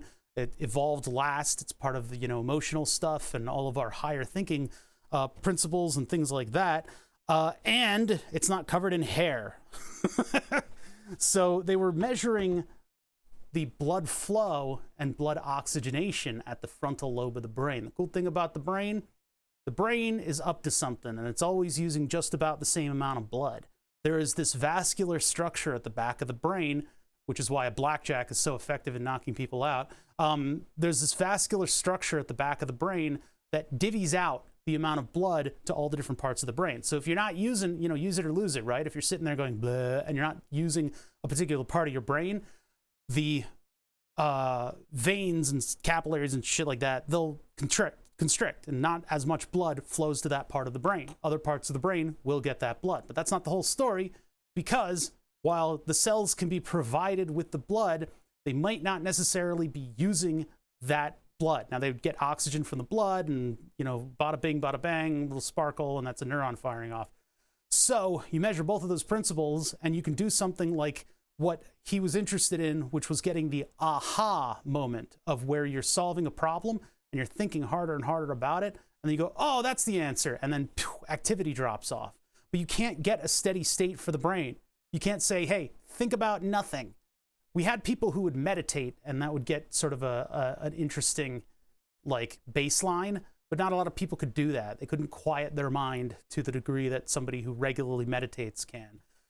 So you can't, it's tough to get a baseline in order to figure out what a heavy amount of workload is and where the drop-off is. But this is a solution in search of a problem, and back when they bought this laser, they were doing different types of research.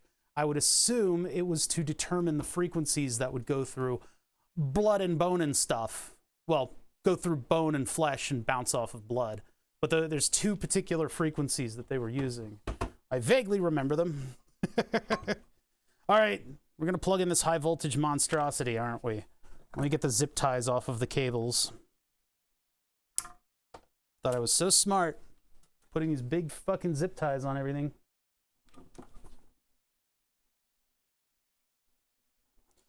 Only problem with this is that once I power it up, all that static charge is going to be established within the tube. Veet Nukem, thank you for the 15 months. I really appreciate that. Imagine if the CPU burned E fuses to save power. What?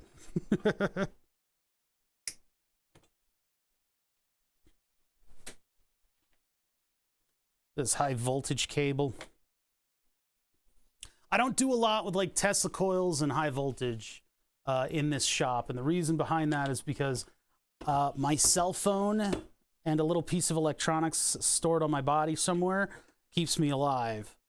We did have a miniature Tesla coil that came with my 3D printer back in the day, and I got it working, I turned it on, and the second time it turned on, it took out my lights because I have a touch panel controller all the way over there. So like, I'm not messing with that. I don't want to blow up my insulin pump as a result of my noodling around with high voltages, not to mention the fact that that shit can take out a computer pretty righteously and quickly. And we've got the streaming computer sitting right there. So this thing looks like a beast. Well, it looks like a beast, but there's a lot of effort going into creating the initial light that gets turned into laser light. And it's a lot of wasted energy. This is a 20 milliwatt laser. It's not going to be anything that will shock you. It'll show up on the camera pretty nicely, though. All right, you guys ready for this? Because I'm just going to plug this thing in, and if anything explodes, I guess... Glances at fire extinguisher. I don't suspect anything weird's going to happen, but... I don't like doing this, because this is, like, risky and dangerous, and it might really ruin my day. All right, let's do it. Nothing happening. Oh, there's the laser. Hey! Look at that little dot. 20 milliwatts of pure raw laser power. My God. It's so powerful. What am I going to do with all of this raw laser energy? Coming to you live on Twitch. See, the cool thing is this beam is a lot nicer than what you would get from a diode laser.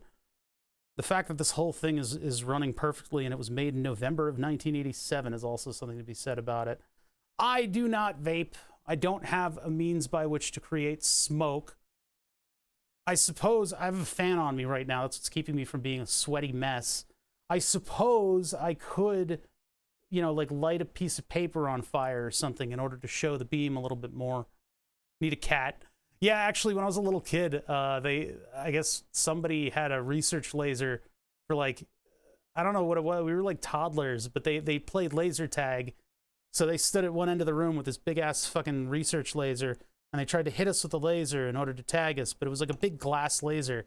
Like, it was the dumbest game of laser tag ever. Just because it was like, I don't know if I got hit. It basically just got all the little kids to run around and use up a bunch of energy. Yeah, just throw an AT-Tiny-85 at it. Assuredly, I would create some form of blue smoke if I reverse currented a AT-Tiny. Well, actually, there was a 80s prototype of dollar store laser. That's an interesting point. We found in a warehouse one time when we were setting up for a party, we found a bunch of like point of sale cash register like beepers, the little scanners, and they all contained a miniature helium neon laser tube. How much must they have cost? There were crates of these things. I had a bunch of the tubes, and I don't think they made it to my car. And so they ended up with that art shop, and they ended up, I don't know, getting incorporated into other projects. But they were like this big, and they were all these helium neon laser tubes. Yeah, how much must that have cost back in the late 90s, I guess? Who knew that they were just sitting up in a warehouse? I don't have much to do with this fucking laser. I mean, it's not that crazy. It's just a big tube that is creating coherent beams. Like 20 milliwatts, my God. But yeah, the sparkliness is just because of the unevenness of the surface that it touches. You're not supposed to shine this in your eyes, but you know that the human eye has this wonderful little safety mechanism called an eyelid. Now, when you get up into the more powerful, lasers, the ones that aren't a pithy little neon tube like this from the 1980s, when you get up into the watt range and the watts range, things get really dangerous because your eye can only sense a certain amount of brightness. And it's uncomfortable, but there are frequencies present in some of the more flashy lasers. For instance, like blue has a very large ultraviolet component that you might not detect. And so your eyelid is not there to save you. That's where things get really dangerous. And especially these kids fucking around with these blue lasers, they're shining it on like white walls. And so most of that energy is bouncing off of the white wall and probably blowing the ever-loving fucking shit out of their retinas. My retina are already weird from diabetes, so I don't need to stress them out with powerful lasers. This is, okay, one thing I forgot about how cool lasers are is that when it hits an object, it makes the whole object sparkle. Diode lasers probably do the same thing, but... Yeah, arc eye is similar too, because a welder makes a very powerful arc that has a very high component of ultraviolet light, and that component of ultraviolet light will give you an arc tan, but it'll also destroy your retina. Heat building up in the fluorescent tube. I don't think that was just from my hand, was it? Look where my hand was. Oh, that doesn't work there. Now this thing has a big heat sink below it. We're not seeing any relative heat down there. Yeah, this is a very low power fluorescent light, basically. The question is, can we get the laser out of here? Now, it still lasers. Uses 100 watts to make a 20 milliwatt. Yeah, what does it say on the back of this thing? 115, 230 volts AC, model 216.1, 3100 volts DC at 6.5 milliamps. What does that equate to? 3100 volts DC, 6.5 milliamps. Yeah, it doesn't give me wattage on the back of this thing. Directly, I guess you could, because wattage coming out of here, there's going to be a percentage that's used in order to make that power. So, really, arc eye, you feel inside of your eyes, but you don't feel it at first. God, that's gotta suck. I've gotten scratchy eyes from doing a bunch of tack welds and just closing my eyes. Yeah, don't do that, because it goes, your eyelids are not all that great when it comes to that relative level of light. When it comes to stuff like this and like lasers that they put over a crowd and shows, like, your eyelid is okay to protect you temporarily from it, sure. But like when it comes to like the arc flashing and stuff, oh, that's actually kind of warm. That's the anode or whatever gets pretty warm. Yeah, when it comes to like big shows and the amount of light that they produce, or like sorry, welding and the amount of light it produces, that your flesh isn't going to be doing a whole hell of a lot for you. Okay, where do we take it from here? Well, I got to power it down if I want to take it apart. I would love to show you guys the inside of this, but I kind of also don't want to break my laser. If I go over here and I just do like glass, tube, laser.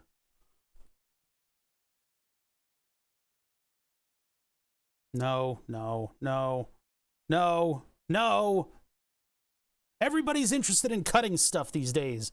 These damn kids are spoiled with all their fancy lasers and shit.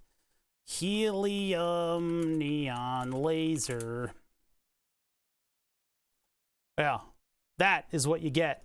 You get this cool looking tube, and it's an anode and a cathode with a supply of helium gas and a plasma arc going from end to end, and mirrors on the ends that are almost impossible to realign. Finally ran my laser cutter for an extended period. Huh. Had enough on time to heat up my 1 gallon. Oh, you reached the heat saturation point of the liquid that you had? Jeez. That's pretty cool. So what I would like to do, and we don't need to use this laser to do it, although it might help because the beam is so coherent. Typically in a ring laser gyroscope, you have a diode laser, just because it's way more portable than a giant glass tube. Is this thing running away from me in terms of heat? Yeah, back in the day, we used butter knives to split atoms. All we had was high explosives and uranium. We used the uranium to make the uranium. Yeah, so heat-wise, I guess everything's okay. Getting a little bit of heat at the... I don't know which end is which. I forget. Which was the one that's lasers? Is the anode or the cathode? Hold on. I gotta look up the cathode. So yeah, we're getting a little bit of heat at the anode. That's typical, but it's weird that it's all concentrated on that cap. And generally, the metal should be what's dissipating the heat for this thing. We got a beam. It's coherent. It is a laser dot, so the adjustments are good. There are grub screws and what looked like taped over grub screw mount locations on the edges of this thing. So I'm not sure if in manufacturing they put grub screws in through the side, held the glass tube in place, and then epoxied over them in such a way that we can't get to it now. There are grub screws, very tiny ones, on these different tubes, holding them together. I think the last time I attempted to take it apart, I stopped at getting the front cap off, and that was it. Nothing a Dremel can't solve. I'm not destroying this piece of history. This thing is too cool for me to break, all right? There's a line. I've drawn a line in the sand. At this, you know, I could just buy a glass tube laser. What do those cost these days? Hold on. Where would we even buy one from? I guess eBay? I look up glass, or no, glass bong, helium neon laser. No, $120. No, maybe $150. You don't even know if that shit gets to you in one piece. Oh, look at that. Science laser in Arizona. I want to start a company that's just like laser. It's just like science laser. It's just 2 words. This one has a fucking tripod on it. What the? Mel's Griot, that's another decent company. But yeah, the point of sale ones are really cool. I probably should have kept them. This guy wants $300 for this thing. Holy crap. Light beam. I feel like light beam technology exists.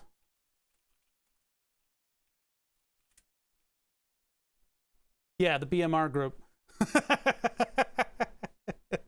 HD tactical. Yeah, it's like you can't. These people are so uncreative about their naming.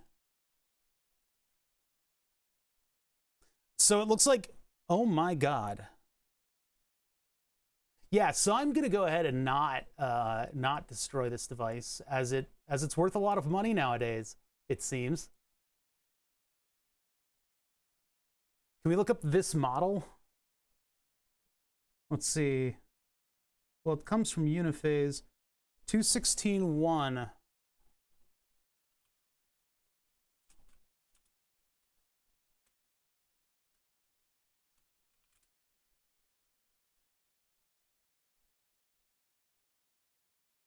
Helium neon laser Lumentum.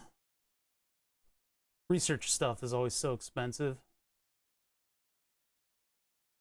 11,000 series.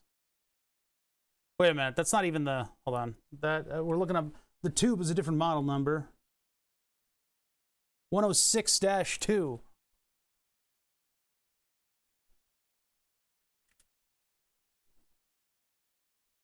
Oh, Edmund, no. Ugh. Wait, is that actually going to be? Oh my god, I think this originally came from Edmund Optics. There are no pictures because science people are boring. I wish there were pictures. I don't know how to read, especially not a PDF. Wait, what's this? We don't have a Lumentum label on this thing. Who cares about the placement of the stickers? Jesus. Helium neon laser systems. This looks pretty accurate to what we've got. 11,000 series. Where does that even... How dare you assume my model number? Yeah, this is not the 11,000 series. I wonder how much these things frickin' cost. That's all I care about. This looks about right.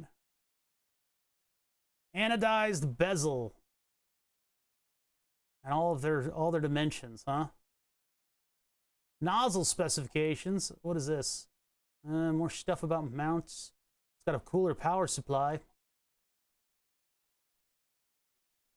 Oh my god. This is boring. Do something exciting. Well, that looks a lot like our power supply, only ours is a different company.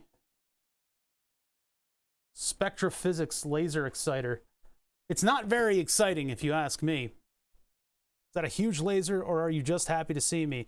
It's a big laser, but I got bigger. I got bigger. Man, these things are not cheap. I think I should probably continue to keep this thing. What am I going to do with it? I don't know. Stop judging me. What am I going to do with this? I mean, particularly, what am I going to do with the other one, which we're not going to be turning on because I can't cool it. I don't have enough cooling for it. I mean, I might be able to... If backed into a wall, I needed to get the other laser running. I suppose I could get one of the fans that I had for brewing and get that running. Now, here's the deal. This plug right here, there's static electricity on this. And it's gonna like... Oh, there it is. I don't know if you guys saw that spark or not. I do have enough FPS that you probably did see it. But yeah, that static can really mess you up. Yeah, it's just cold in here. What the hell's wrong with you? All right, what do I do about this thing? It still works, so I guess it goes back into storage, but I need to secure it within its own mount. Because if we're doing this, we are doing, what do you call it? We're doing a diode laser. We're not going to fuck around with giant tubes. This is a high voltage plug, and it's something that I tried to emulate with our fire cannon thing, our big 100-gallon tank, expansion tank fire cannons, because we had tasers that we used in order to spark the pilot lights of the fire cannons. And I tried to emulate something like this with an automotive plug, but it turns out the taser could travel quite a bit of distance. And so it didn't end up, my idea didn't end up quite working. We almost took out somebody's MacBook because we were putting thousands of AC volts into the grounding plug of the generator setup. How old is the plug? Well, the laser's 1987, but you have to assume the design was well before that, so I don't know, pretty old. All right, this thing, get it out of here. Oops, that just slid. It's hard to get that tight enough. I probably should have bought 2 posts, because it really should be there and there. That would be the better mounting for it. Actually, the MacBook survived. It just rebooted. It was like, what are thousands of volts doing on ground? That's weird. And then it reboot. All right, I'm stuck. God damn it.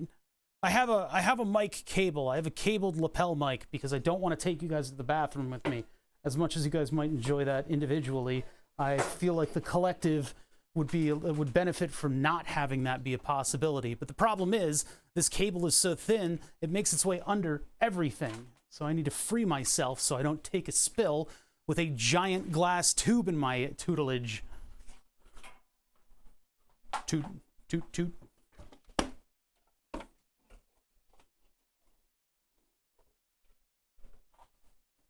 This is the other laser. We are not turning this one on today. Not only because I do not have enough power for it, but because it is a big, scary tube. We will, however, look up stuff about it. I want to at least look up stuff about this fucking thing.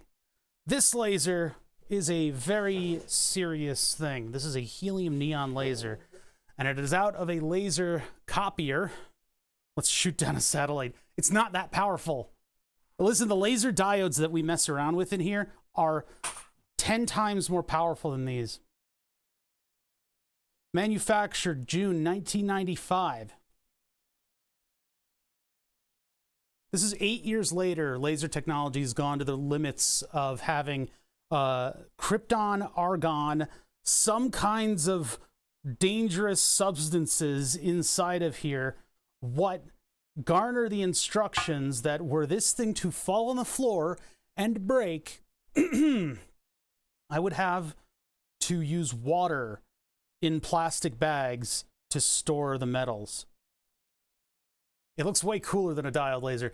And it is. The Zipmus, don't for 1 second think it's not totally fucking cool to run this thing. Because when you do, you turn on these fans that fill all of the ambient noise up with white noise, and there's a rushing of air coming through this thing as the ducting shrinks and expands just a little bit from the pressure, from the relative pressure of all of the CFM that you're moving. And then you power it up, and it finally, there's like a little ambient light inside of there as the fluorescent, whatever, the drivers make a very high energy arc with all that power supply that you've thrown at it. There's like a big box for this thing. And when it finally turns on, it is this beautiful shade of blue-green and a very powerful dot in front of you. As you use the laser in your high school bedroom, it actually heats up the entire room. So the entire room. Is that not a thing that that needs a special permit? No, it's not quite. If you get into modern lasers, I got a buddy who works in Maryland for a one of those multi-letter agencies that does space stuff, and he has had to sign off on lasers that had probably the most dire type of sign off. Is that it wasn't like risk of bodily harm. It's like you will die instantly. You will get vaporized if you use this wrong. It was some kind of a laser system that focused a beam on like a single point with like very, very high energy. So he had to sign off on insta-death. This is not that. This is from a photocopier. This is not that. We can look up some stuff about it though. I mean, Jesus Christ, psionics, a division of uniphase. That's like 1995, that is Evil Incorporated is basically what that's signing off on. Psionics. It's spelled with a C, not a PS. I used to have a manual for this. I don't know if it's still available online, and I'm trying to... The power cable is such that this thing is moving all over the place. Please stay right there because you're dangerous. Okay. A division of uniphase. All right, let's take a look at what this thing is. Yeah, it's Cyberdyne Systems. Isn't that, what year was that? That was this year, wasn't it? The year of Terminator? 2214, 25 ml up.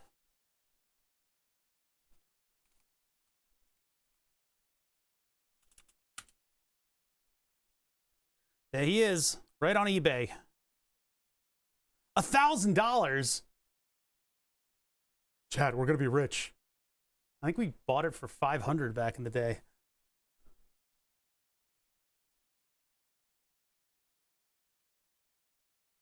Farm on, manufacturing surplus.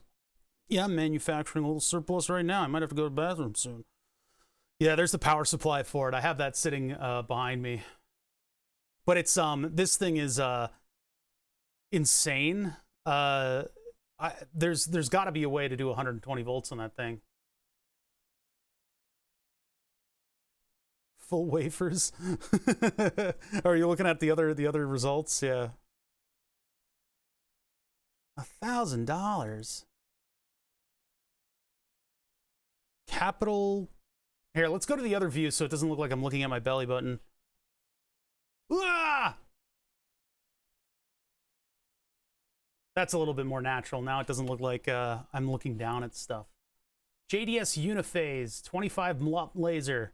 The other model of this thing, by the way, has the two fans just sitting on top of it. It's meant for a bench top. So what you would do if you're doing like holograms or something like that, you could have this in a separate location. You could have it on another table. that means that it would still absorb all that vibration. When you're doing optics, really good optics setups will have concrete, like you'll have the optical table like this, but then that'll be on concrete with these huge legs on it that are on airbags, so that you can walk anywhere near that thing and not totally ruin an exposure or an experiment. Real optical tables are crazy, and they are bulky, and they're difficult to get around and all that stuff. We just have a slab of aluminum. Wonder how much that's worth now. Oh God, are we gonna? Okay, hold on. Thor Labs. Thor Labs. How much are you charging for this table that I've got sitting in front of me now? I remember how much it cost back in the day.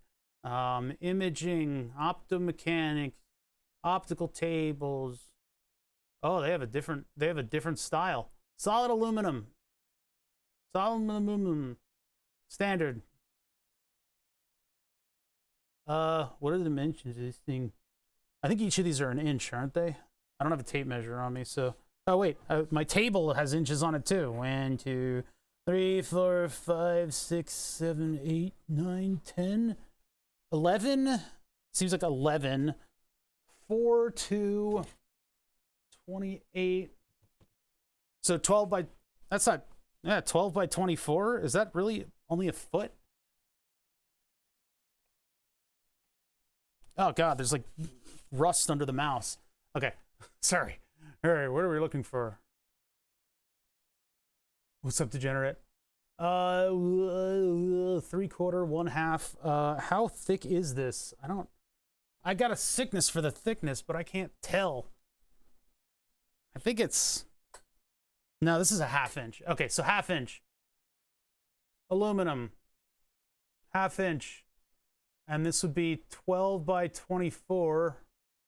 $300. What was it? Wait a minute, this thing cost $500 back in the day. Oh my God. That sucks. I don't think that's 24 though. That might be 36. It might be 12 by 36, which is only $72 more. So the price has gone down. I got fleeced. I know. Son of a bitch. I got one new message at JDS Uniphase. Cool. What do they want? Oh, I guess I'm mining Bitcoin now that I've clicked on that. Oh, dear God. I hate shit like this. Don't. Stop it. Stop it. Can we get like a manual for this? So JDS Uniphase.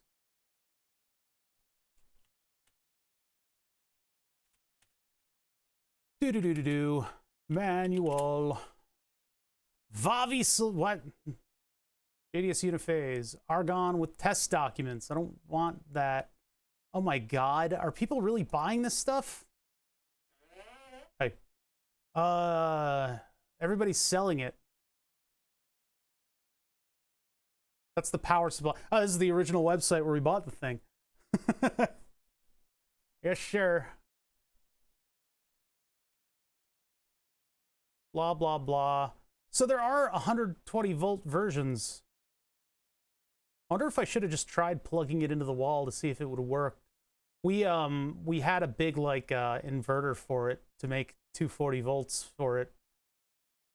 I do have 240 volts in the shop. I could plug it into that, but oh my God. All this data. This looks a little bit more advanced than what we have. That's the one we have. Never mind. You put multimeter probes on it and it tells you how bright it is. A little control panel. No other information on it, huh? That's just the white paper on it. Oh, we just clicked that. Slideshare.net. I don't want to click on that link. I'll do it anyway. Oh, look at that. They show the tube. The highly dangerous tube. Air-cooled argon laser refurbishment, huh? Oh, look at that. Those are all the cooling vanes on it. New custom replacement tubes, so you can keep your photocopier running. Or whatever other industrial photocopying process you have. This is literally just a list, huh? Laser head is cleaned. inspected. Wiring, cable, and connections are inspected. Optical components are inspected and cleaned. Tube is installed and aligned. Oh, that's nice. They burn it in for you. Thoroughly tested to ensure it meets... Okay, I can't do any of that stuff. I would like to actually see the manual for this thing. Government grants. I don't think they're going on eBay, though. Oh, I need to move my chat window over a little bit. That way I can see you guys without clicking into the window. There we go. Artisan Scientific, huh? Is this really the right manual? That's the second question. Oh my God. What is this crap? What is this? Map console, controls and communicate. I think this is for like a much more expensive and better thing. That's not what I'm looking at here. Oh my God. What the hell is this thing? Well, now I'm curious and I have to go buy one for $1 million. Ah, yes, the safety interlock key. Remember that one, chat. Remember that one. Very important. What the fuck is this thing? All right, let's get out of here. Let's get the hell out of here, chat. All right, so here's the deal. I would like to eventually create a ring laser gyroscope. Well, we know what's inside of this thing. I would have liked to show you guys the part of the manual that warned against, warned you how to dispose of this thing if it falls on the ground and breaks. I am too chicken shit to turn this thing on. Much like all the ladies in my life. This is like, I don't have the cooling for this setup, and it's a pretty serious laser. It heats the entire room when it works. It is found in larger industrial operations, particularly big industrial laser printers, so they're fairly common. I mean, they're like old school, like Kinko's shit would probably have something like this in it, deep in it. I just wanted to check it out. I just wanted to see what kind of shape it was in and maybe show you guys a little bit on it. We don't really have any use for a laser like this. It's too much of a hullabaloo to turn on. There are big screws all over this thing, though, and I could potentially take it apart. It seems like it's worth multiple thousands of dollars. So I'm a little reluctant to take it apart. We've taken apart things that are worth multiple thousands of dollars on stream before. That was an insulin pump, and I know where all the parts for that are coming from, and I have, replacements. So you can set concrete on fire with this thing. I will tell you right now that the amount of power coming out of the front of this thing is peanuts compared to what diode lasers can do now. This is not a fiber optic, laser.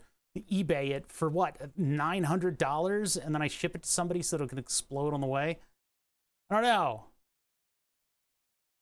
Yes, I could turn the funds into grub screws. Finally, more grub screws. Or I could add weird handles to this thing and make it look like a really dangerous sci-fi gun. Crazy stuff, though. I mean, Jesus Christ. Yeah, this thing right here, this giant screw on the bottom, is what you twist it, it cuts off the beam. All these things have integrated beam cutoffs. What this thing says, it doesn't tell us the power that's coming out of it. It says Class 3B, 21 CFR 1040, made in the USA, Psyonix Uniphase, serial number's 2605. I can't believe that there's a refurbishing service for this too.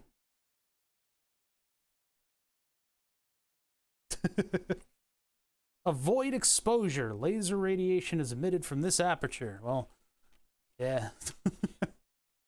Grub screw money laundering.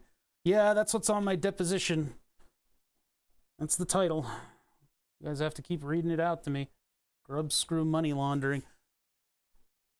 Current just says yes. Yeah, the voltage and the current of the... Well, let's pull the power supply onto the bench and see what's going on there. Maybe that'll tell us. God, this is giant. These are the connectors for it. I mean, it's insane. Why does it need all of that? What is all of that doing? There's 4 big wires that go to the tube. And the tube just has an anode and a cathode. It's got 2 contacts, so maybe they're doubling them up or something. But man, that is some shit right there. And it's all braced with the screw-in stuff, and you got the military one over here. Wild. It's just wild. I don't know what I'm gonna do with these things. I gotta store them somewhere. Strapped into the ceiling as art. What do you do with that? Oh my god. This is the power supply. And the neighborhood went into darkness. It's not that powerful. It might be that inefficient, but it's not that powerful. Oh god. Yeah, I've replaced, looks like I've replaced the current and the light output knobs with the little county things. Kill mode.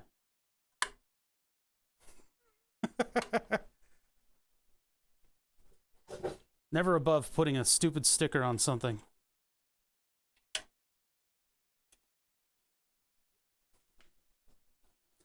So this was originally hooked up to 240 volts, and I think there's a way to swap the leads on the transformer, on the main transformer of this thing, in order to get it to run at 120. Oh yeah, both of these have their own key. That's, I think, just part of safety. They're required to do so. It is cool, though, because you get to put this on your keychain and you get to think you're cool. And then you learn that there are only like 2 different keys for these locks. So if somebody else has this laser or has anything that uses that key switch, then they will also have a key to your laser. But it is nice to be able to walk away from your art installation and know that nobody else can use your shit. Oh, that sounded like me scraping anodization off of something. Psionics, March 1995. Voltage, 200 to 200, 230 to 240. Yeah, 200 to 220, huh? Made in the USA. Warning, capacitors charged to 300 volts. Wait 5 minutes after disconnecting equipment from power supply before removing cover. I don't know who that caution is for, and I can't read. We've waited 20 years, so I guess they're probably discharged by now.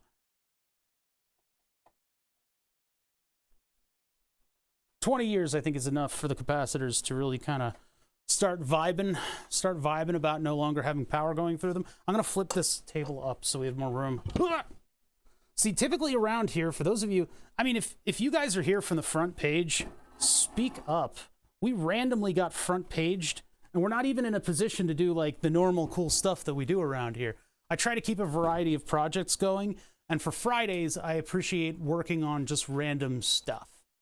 Just random stuff. Random stuff is more fun, like taking things apart, and that way I can wax philosophical about product design and stuff. You get the real hot takes from the real electrical engineer on Twitch. I'm gonna die. What the fuck?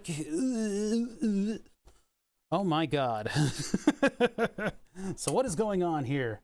Oh, dear God. This is a lot of old school 1995 electronics, huh? Yes, sir. Missing a screw over here. Now, this thing hasn't been charged in 20 years. All the capacitors appear to still be intact. There is a chance that if I power this thing on, it won't kill me. Good Lord. Now, what I'm talking about with the transformer is this. But there's only 2 taps on it. It's 240 and 200.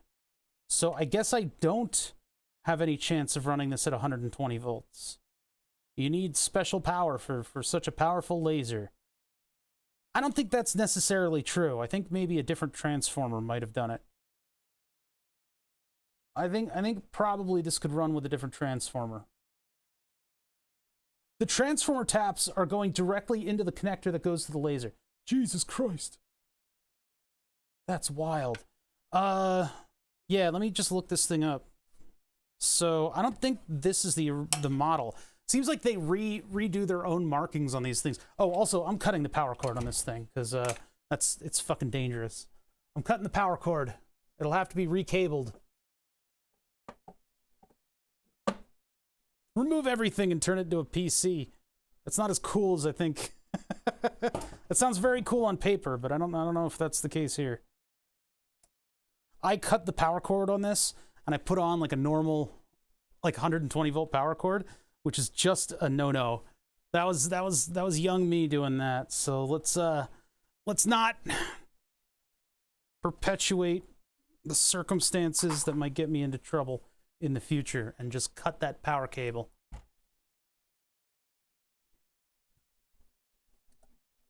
Yeah.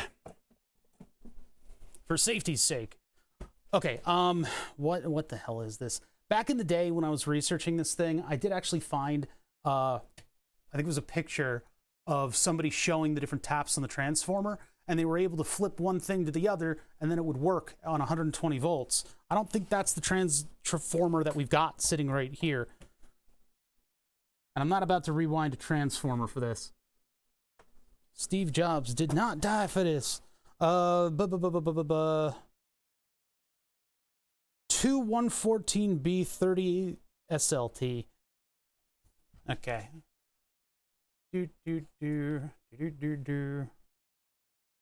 Switches and buttons like a noob control. Yeah, I would just need this to fit in a briefcase. Just need it to fit in a briefcase. What are those things again? 214B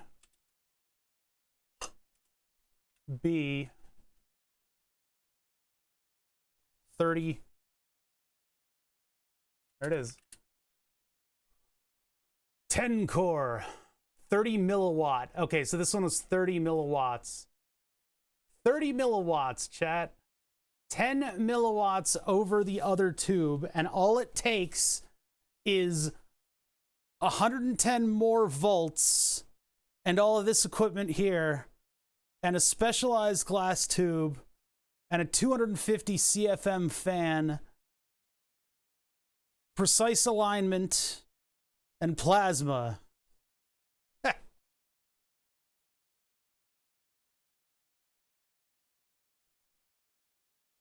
I said 110 more volts.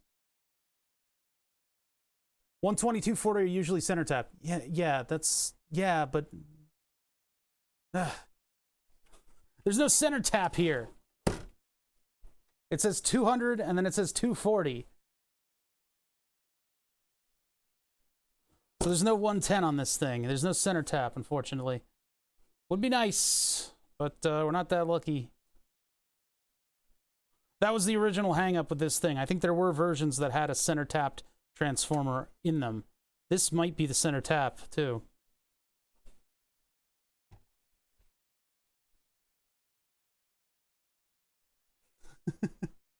The bro flipped a switch on his PC while it was on. PSU went off like a firework. Oh my god. Yeah, that's probably the British switch. What allows it to run on 240 volts. I don't really do a good British accent if I'm under pressure. How much do these guys want? Request for quote. Yeah, of course. Found on SurfScan. What's the SurfScan 6200? Let's see what that even is. I need to get a SurfScan 6200. Yeah, there we go. Surface defect inspection. What the fuck? What? This thing requires a 30 milliwatt blue laser tube in order to operate. But like I can just go and just do like I can just like blue laser, and I can spend $40 for something that really shouldn't look like that. I think $11 and I've got a blue laser.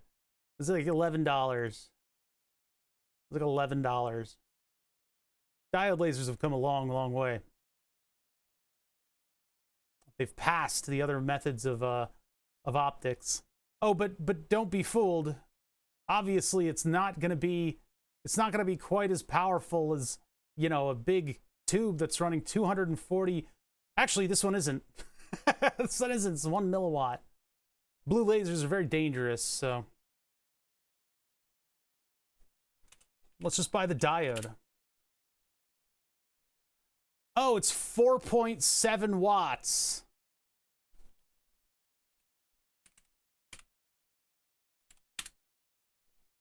$156 times more powerful than all of this equipment that I just showed you. Where do they use 200 volts AC? Factory. I don't know. I really don't know where it would not be 240. I mean, 110, I guess in a house that just gets 110 as opposed to 120.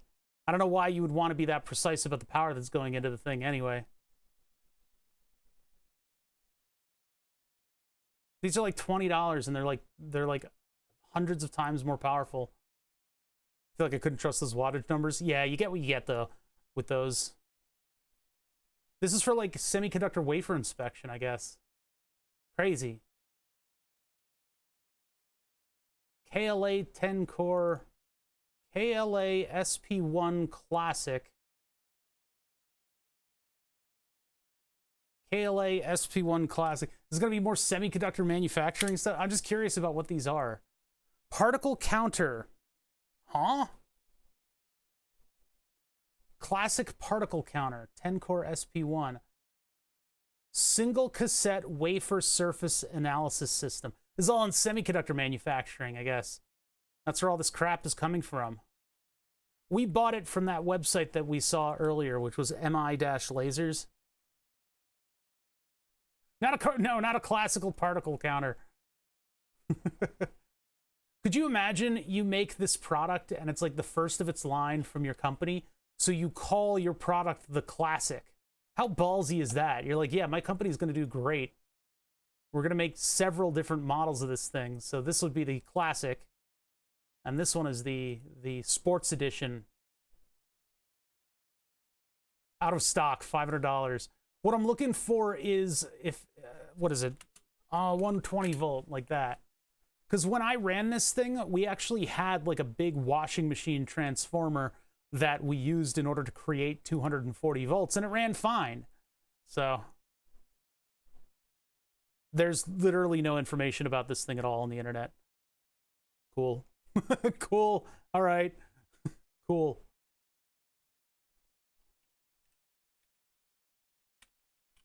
What other types are there out there? Yeah, this is somewhat into how the tube is put together. I think they're insinuating that this might be water cooled.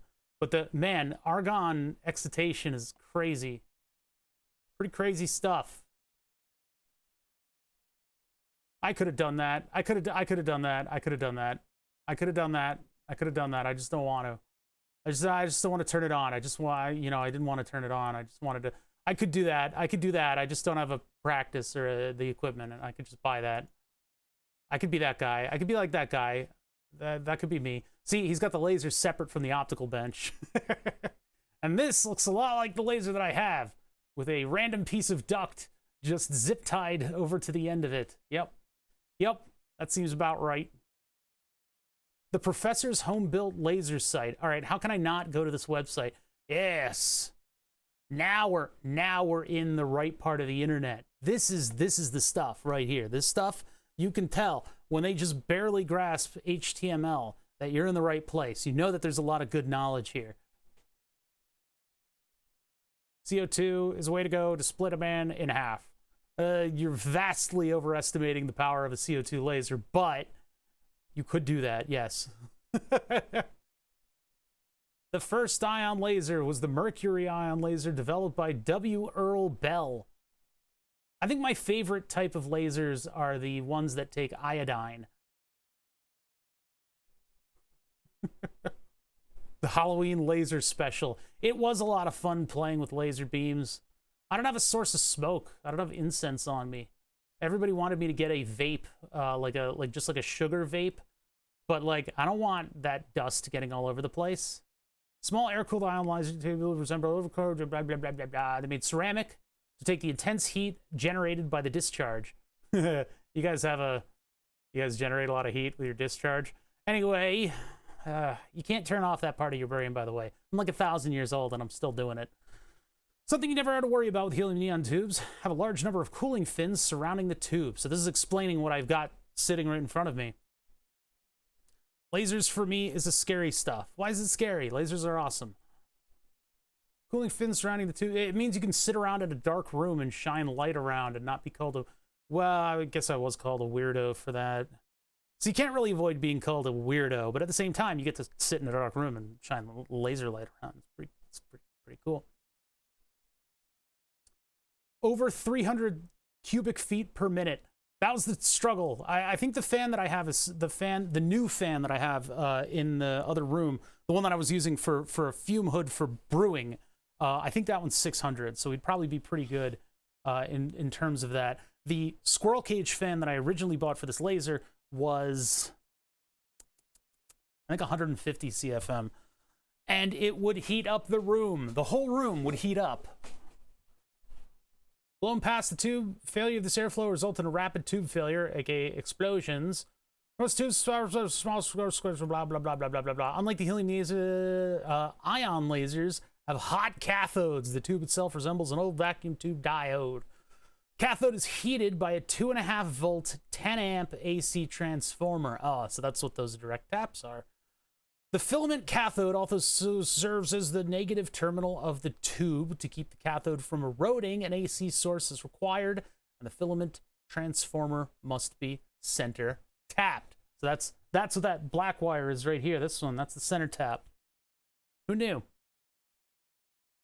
Squirrel cage to... No, you're vastly overestimating the power of these lasers. This is 30 milliwatts. For reference, Burn the Subs, what can actually burn wood, was originally 1.4 watt.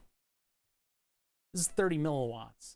At its worst, this thing makes a dot that's kind of bright, and that's it. Whereas Burn the Subs takes all of that energy, focuses it onto a tiny little point, and can then just barely scorch wood. So there is a vast difference between this and what modern lasers can do. This stuff is cool. It's way over the top. I mean, it's really like, you know, industrial and research purposes. And so when you do industrial and research purposes, they go, I don't want this to vibrate. Let's put 10,000 pounds of steel on it. Whereas the stuff that we deal with, it's like, we need this to be in a TV and super powerful. So let's, you know, design it a completely different way. It's like a totally different realm, right? Science and research and stuff like that, they overbuild stuff, and we're used to dealing with stuff that's been engineered to be cost effective. Ion laser tubes run at low voltages compared to helium neon laser. I didn't know that. In case the small tube is in the case of a small tube as outlined on this page between 120 volts, DC appears across the tube. So it's just like the DC equivalent of the AC in the wall. Current through the arc is quite high, though, 8 to 10 amps. Jesus Christ. Most lasers of this type use AC line directly rectified and filtered. That's what we're kind of looking at here. A lot of the stuff coming out of the transformer really does just go directly over. And then I assume that these large, towering, silver-colored devices in the heatsink area are probably diodes. Maybe. I don't know. I don't really know. Oh, let's see. All parts of the tube are electrically live. Nothing is referenced to ground. You can see why this isn't a good first project. Much smaller and safer pulse supply lasers can be used. Pulse lasers are pretty cool. The original laser is a ruby tube with a fluorescent light wrapped around it. And you can actually, for a time, you could buy an M1A Abrams original ruby laser assembly that was used as a distance finder on the tank. I don't think they're as available anymore, but you could buy them for a little bit of time, and what you'd make is a pulsed fluorescent light, basically, and you'd pulse that light, and when that light goes into the ruby fluoresces and then ends up creating basically your laser light source, right? It creates a particular frequency and volume of photons scattering out of it that can then be turned coherent by a pair of mirrors.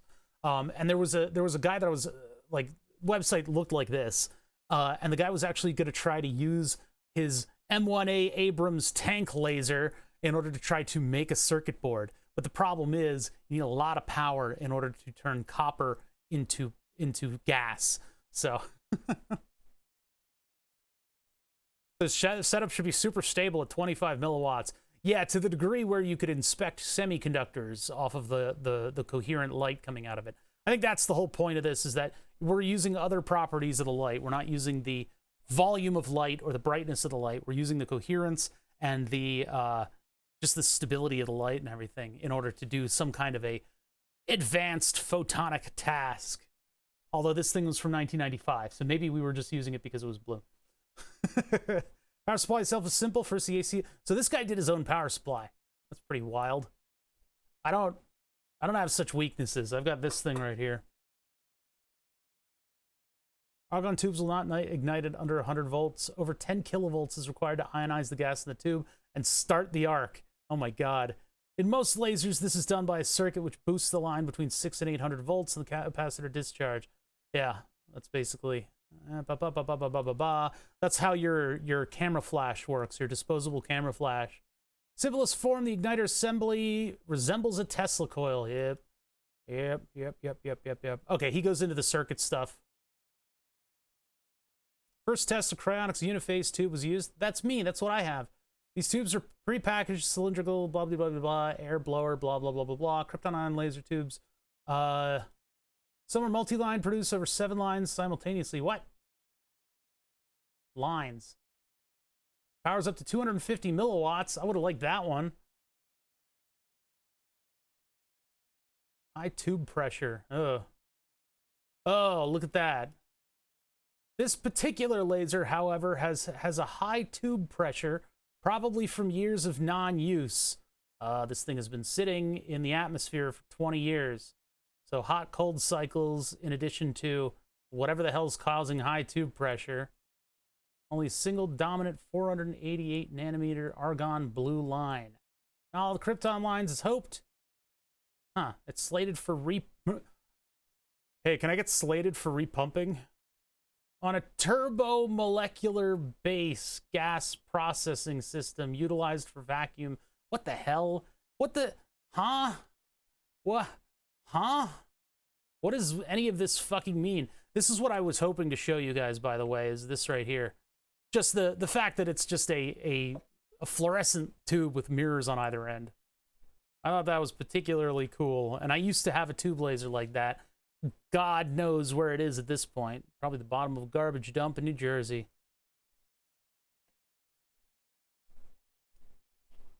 Oh god, I made the page too small. Especially for stream.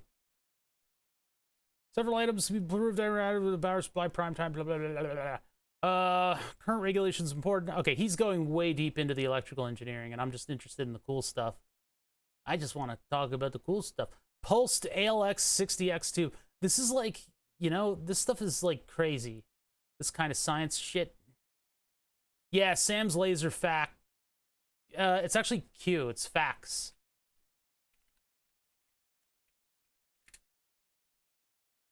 Yeah, it's not facts. It's facts. This is the original source of all knowledge laser.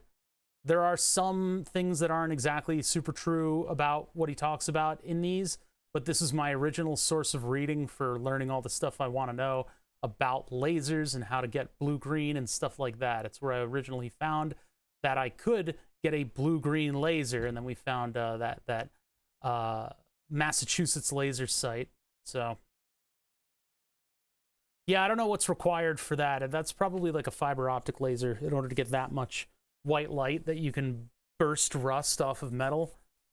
I don't know what kind of power that thing requires, but I'm sure the optics and the electronics on it are pretty advanced because they're going back and forth on the material so as not to accidentally destroy like a human being that would be in the path.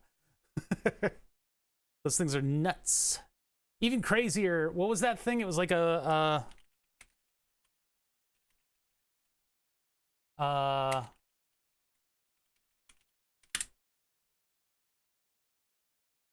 think it was a video of this handheld. This isn't handheld. There was one that was handheld, and it was like this guy just like fucking waltzed up to something, and he started doing what this robot arm is doing. Just like, oh yeah, let me just, you know, zip, zip, zip, and just destroying this metal, breaking it down into nothing. It's a popular show. It's very popular. A lot of people gather around to watch. How cool is that? Just a portable laser system. Jeez. Oh, here it is. You get to dress up like the coolest guy ever, too. Uh-huh, uh-huh, uh-huh, uh-huh. And they say superheroes aren't real. Why is this in cell phone format? I really don't want to see this in cell phone format. Of course, Strange Parts got to do cool stuff. Everybody gets to do cool stuff with me. Strange Parts is also on Twitch. If you guys didn't know that, you guys should check out his channel. Look at that. You just walk up to something and just fucking like cut it. There are better videos of that. There, it's the coolest guy in the world. Yeah, it should have kick. Look at how cool this guy is. Oh my god, if only I could dress like that. Look at that thing. It's so weird. These are the same clips, but they're not in fucking like squished down for cell phone. It's just like a handheld like laser that you can just destroy stuff with. Oh my god. Look at that big guy. Like, yeah. Fuck you, metal. I like how he like braces it. They really, I think they really need, and there might be a little bit of kickback because it's firing air into that. It's heating the material, but then there's a high pressure air that's scooting all the stuff out of the way. Because I mean, you could just hit it with a laser and it wouldn't really do anything. You'd need a lot of energy in order to get something to happen. They should probably put some kind of a shoulder brace on that because if you look, all those wires and cables are butting up against this guy's shoulder, and they're having kind of like a very severe angle. I would assume that if you're using this thing to decommission like nuclear stuff, you probably wouldn't want that air running through because it's going to scatter stuff. Then you want to not aerosolize everything? Haha, fuck you, microwave. We need some shit that like looks kind of sciencey. Well, the microwave broke. Oh yeah, let's weld a tube to the microwave. That should be pretty good for the demo. We're in.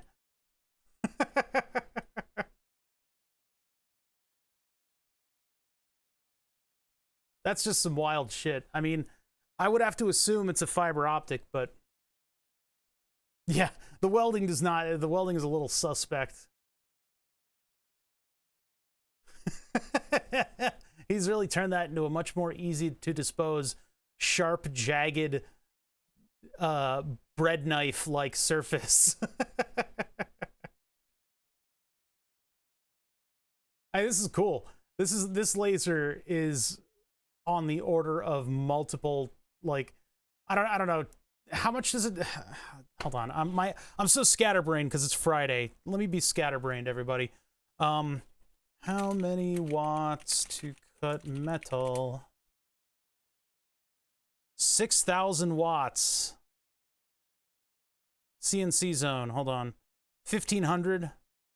So we're on the order of 1,000-ish of watts. 500 maybe minimum. Yeah. 40 watt to 60 watts can't do it. YAGs can do it. YAG is a type of laser.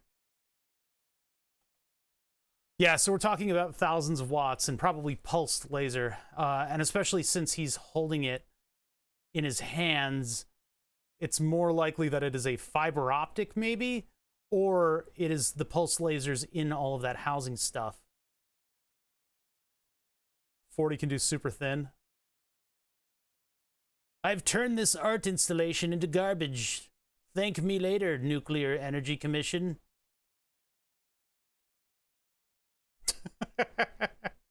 And then it fits into a little box. Oh, the memories. The memories of cutting that pipe. I remember. Nice loving slow motion. Yeah, so that's some pretty crazy fucking stuff. Pretty cool stuff. We were just trying to look up some information on this big laser that I have. It looks like it's prohibitively difficult to get running. Home-built nitrogen laser. This guy's crazy. All right, close that. I was wondering if there was a mod that I could do to turn it into a 120-volt device. But there's not enough information. I don't think a lot of people are running around with these things. What is that? Oh, the Nike laser. Oh, God. That's like nuclear testing by focusing as much light as mankind can create onto a pinpoint source. Or a pinpoint target. What the heck is that? Brit pulsed argon. Holy shit. Some cool stuff. I guess this explains the dim glow that I was getting from inside the laser. But yeah, I don't have a whole lot of, I don't know if it's going to be really... What the fuck? Okay, anyway. I don't think it's going to be a very good idea for me to be running this laser. Yeah, there's the stand-up version of it. It's just got a big fucking fan on the top. Oh, was that the scene out of Blade Runner? Did they use... Boy, that's not very safe for the actor. Wait, no, it's not. Is it? In Office Lasers, Regional Eye Center. No. He's talking weird stuff to me, and I'm believing chat. I'm believing chat. There's the version of this laser that's stand-up. I think that might be the one. Could be wrong. Oh my God. All right, I gotta put this stuff away. I don't really think this is a great idea to run, especially given that this guy was like, the tube pressure is like way high after storage for like a little bit, and I haven't touched this thing in 20 years, so I have absolutely no idea what kind of dangers I could be in for by turning this thing on. I'd have to do a little bit more focused research on it. Gotta get my eyes checked. Chat is now blind. All right, so there's no chance in hell that I can find a center tap on this thing because it already utilizes the center tap for the heater core. So I don't even know what I need to do in order to get the proper tap. See, with transformers, you often will have like a universal transformer for stuff. And if you're selling your product in England versus North America, it could just be a matter of moving a lead from one tab to the other, from here to here, and then suddenly this thing is able to produce all the power it needs from half of the voltage. But the transformer in this particular model that I received doesn't do that. I think I found, and I was trying to look this up. We got sidetracked as usual, but I thought that there was a version of this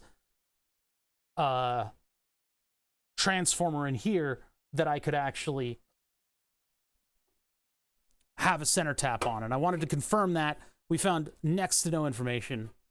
We just got sidetracked by some wackadoodle dude in a lab coat who decided to make their own power supply. The problem with people making their own power supplies for things like that is they have less to do with the laser, more to do with the power supply.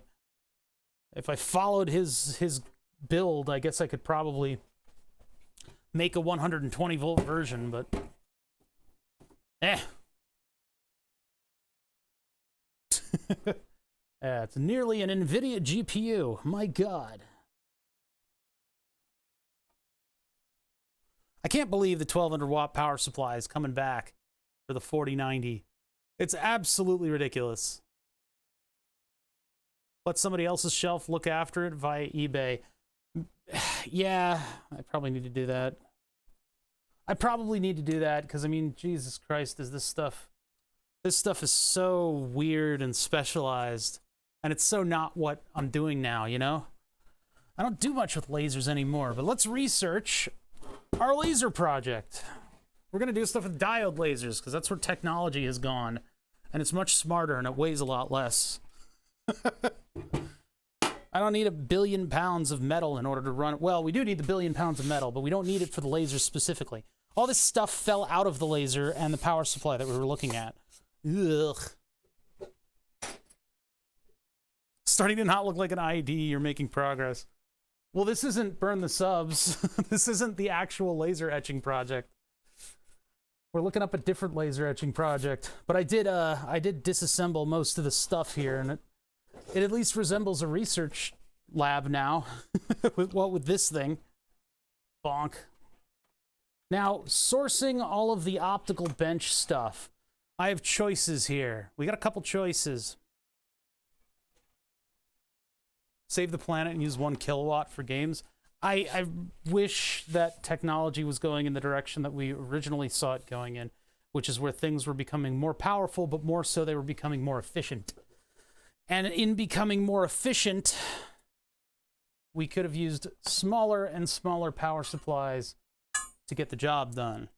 That's not the case, it seems. It seems like instead, they took that as an open invite to double and triple up on the stuff that's using the current. And so now we're back to the giant power supply era.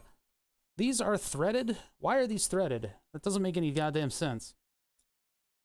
Because, like, now I need to run the bolt through them. Unless I do, like, a big grub. I don't really have grubs for this. Maybe that's what you're supposed to do, though, is run grub screws? Probably. That's probably what you're supposed to do. Instead of hex bolts.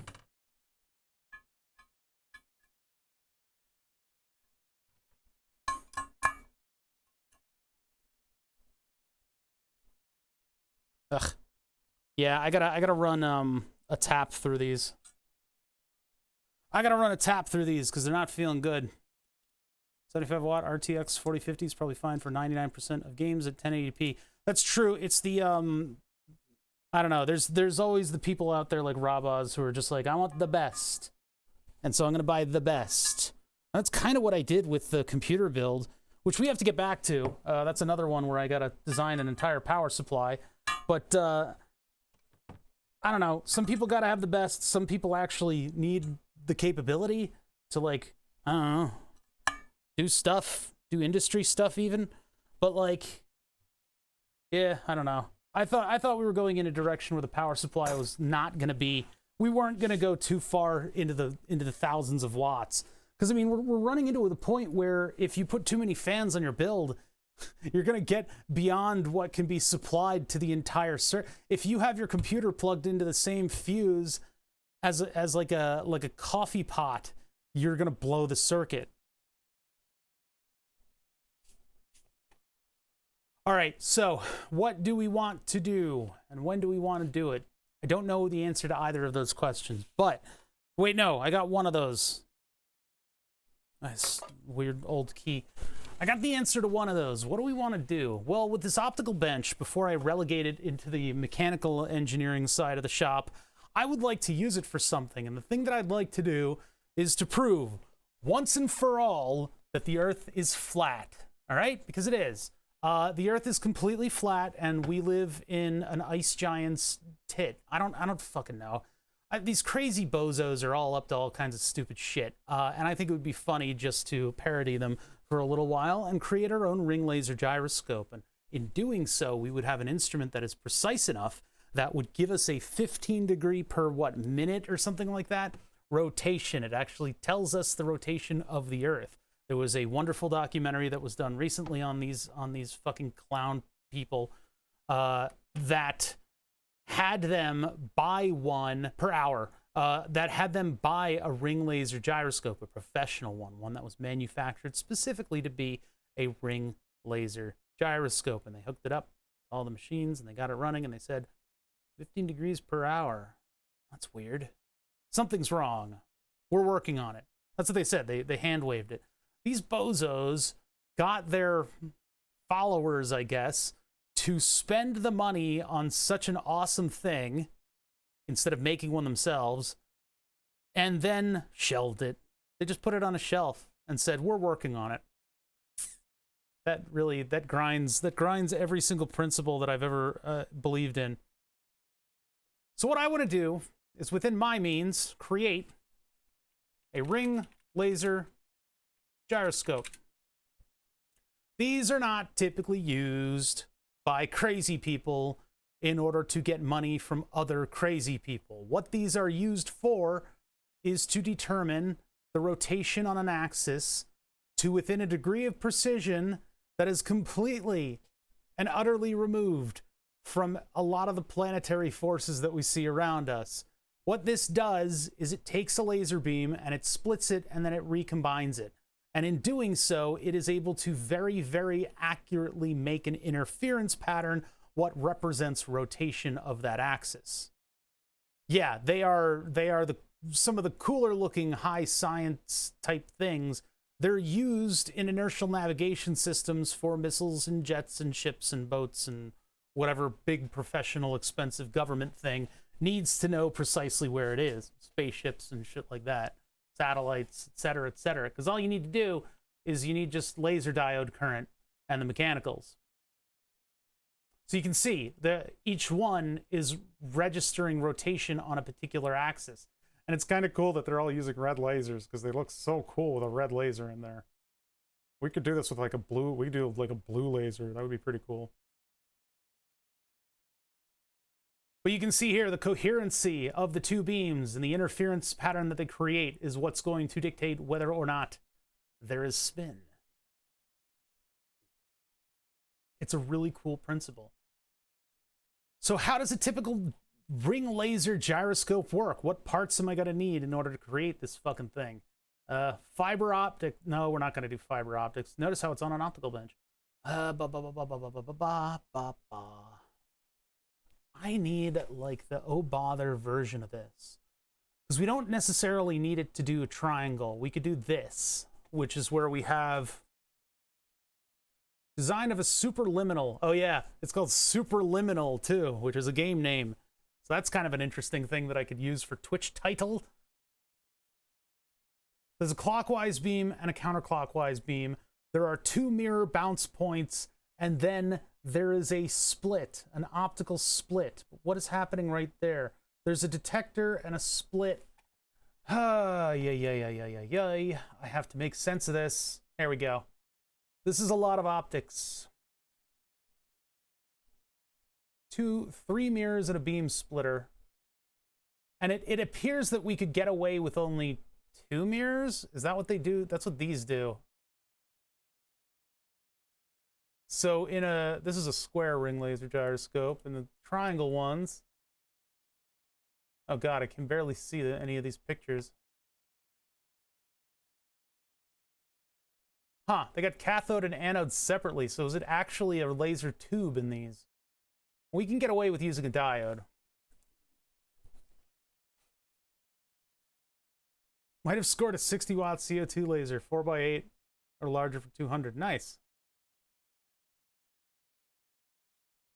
I saw, yeah, the one where they were opening, basically, if you get a bunch of people far enough apart, holding up cardboard at a particular height, and you do that, for instance, like over a body of water that's relatively still, or you somehow get it so that they're exactly the same distance from the planet, and you shine light through one side, and the planet isn't curved, then you get the light out on the other end. But if the planet is curved, in order to maintain that beam of strong light not turning with the surface of the planet, you have to raise the cardboard up a little bit. And so these fucking bozos, it just, I've run out of adjectives for them. But they were doing that experiment, and they're like, it's not really working. I mean, we should see light here, right? Like, hey, it gets on the radio. What if you lift it up a little bit? And then it lights up. Like, oh, that's weird.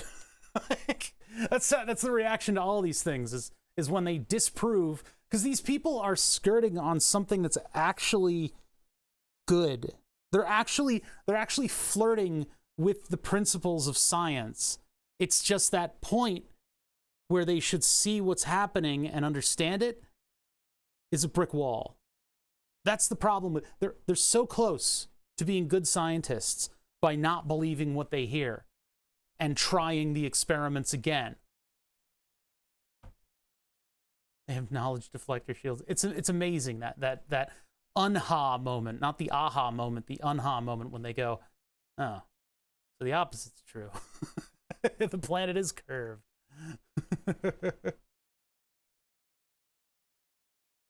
Blah, blah, blah, blah, blah. Yeah, actually, some people come to that conclusion. All right, so in the typical ring laser gyroscope, we actually have, I guess the laser is created in these tubes, which is a little weird. We don't have the capability of doing that. What if we do ring laser gyro optical bench? Let's add optical bench. I mean, these things are so cool. They're so expensive, though. Hold on, wait. As usual, I live and die on eBay, everybody. When I die, they're going to sell me on eBay.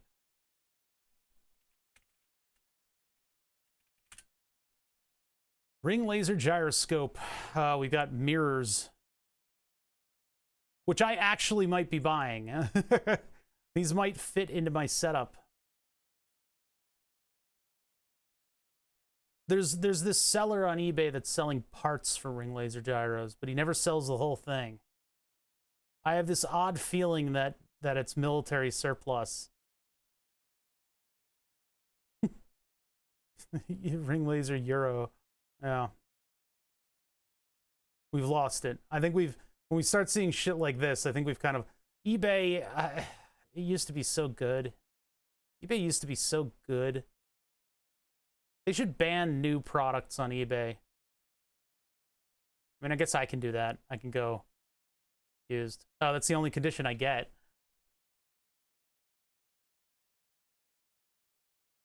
Wait, is this just like a poster?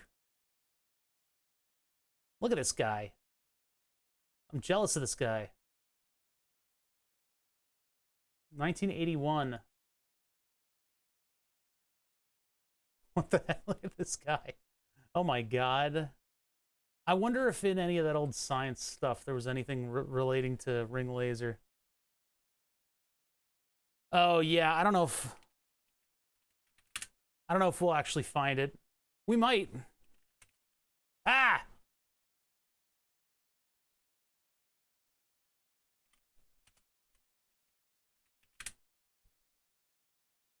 Absolutely not.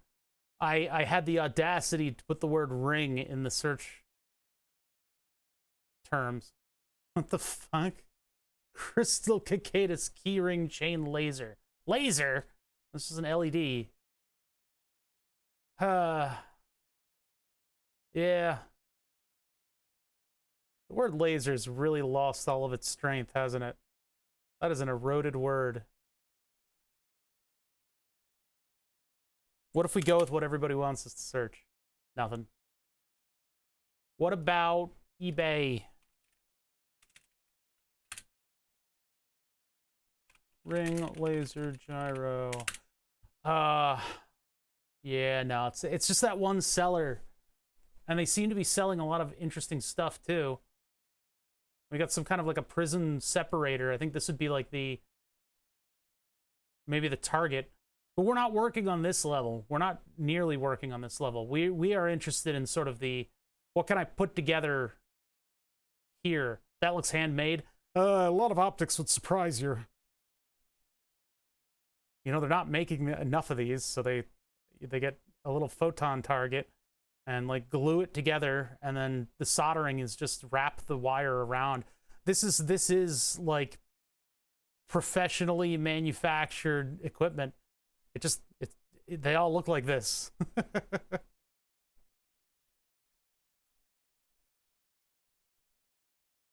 Normies seeing a red LED. Is this a laser? Yeah, they do that a lot, don't they?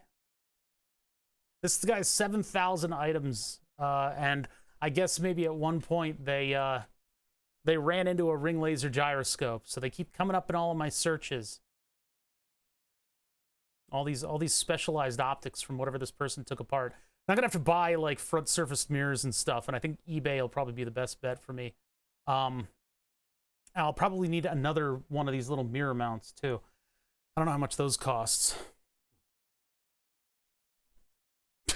Maybe he's selling one of the nukes the US lost. Okay, so ring laser optical bench. This is the research phase. We're researching stuff. for figuring out how I can do this project. What in the hell? Input pulse. I don't want to use optical fiber. Fiber optics are very, very cool, but they don't have beams sitting out in the open air. And it's too cool to have beams sitting out in the open air for this one. A polarizing mirror. Control electronics. An ND YAG, which is lasing at both ends. Pump laser. Can I show this on Twitch? There was just like a car horn when I said that. Readout optics. Beat note. I'm not a big optics guru. I just know this stuff from like trying to make laser shows. Oh my god, just fine. Mine the Bitcoin. Yeah, right. Commercial success here. Is this a oh, it's an actual book. Okay, so maybe it is worth paying for. Oh, maybe not. It's like a textbook. Jesus Christ. Great research. Ah, great. So they give me just the very beginning, which is like, in the dawn of time, mankind invented lasers. I don't get any of the specifics. What the fuck is going on there? I bought the whole optical table. I'm going to use the whole optical table. I feel as though today was a bit of a waste of front page-ness. There have been much better days when I could have made the front page of Twitch. It has been a relatively slow Friday, though. I feel like Google went a little bit more towards optical bench than ring laser. We want this, but on an optical bench. If lasers don't attract the masses, I don't know what will. We're not really playing with lasers so much. We're just kind of like going over stuff. And I cleaned out my old lasers. They're not even powerful enough to look cool. We will be getting to running the laser with the water-cooled jacket for Burn the Subs in the near future, though. We need to seal the 3D print. And I've got the methyl ethyl ketone to do it. I didn't want to have to break out the respirator today. The jewelry, yeah, that was another Friday project that we did, didn't we? We tore down an ultrasonic, and I have to do this every time. An ultrasonic jewelry cleaner that I bought at CVS, because I did that thing where you wander around CVS and you look for kitschy crap that only costs a little bit, because then I can take it apart on stream and we can see how it works, and maybe we can find like a new thing. Like what if this thing was cheap enough that we could make like a real ultrasonic cleaner for like a couple dollars? And so it was cool. It was like $14. This ultrasonic cleaner, really cool. It was a little plastic thing. You take the lid off and you turn on a little timer that will activate the ultrasonic action of the little cleaning bed. We took it apart, and it was a motor with a weight on it. It was a vibration motor. There was nothing ultra or sonic about it at all. Usually ultrasonic implies that you have a piezoelectric element that's vibrating at speeds faster than sound. That's why the Sonicare toothbrush is able to atomize water and all that beautiful cleaning action happens. I bought a Sonicare toothbrush, and my dentist appointments went from being a bloodbath to the dentist just being like, hey, you look fine. What? Like, how is this not a bloodbath? So if you can tolerate it, I would suggest getting one of those toothbrushes. None of this stuff is looking particularly useful to me. I mean, we've got generic diagrams of it. You would think that this would be an optical experiment that people would do more, because it's kind of like a cool little principle. You have this light going clockwise and counterclockwise, and there's a moment when the waves are sort of meeting up. It's sort of like matching beats in music. And I don't mean percussion beats. I mean beats of waves interfering with one another. But none of this stuff really seems to be doing the right thing. Yeah, like noise cancellation, exactly. It's optical noise canceling.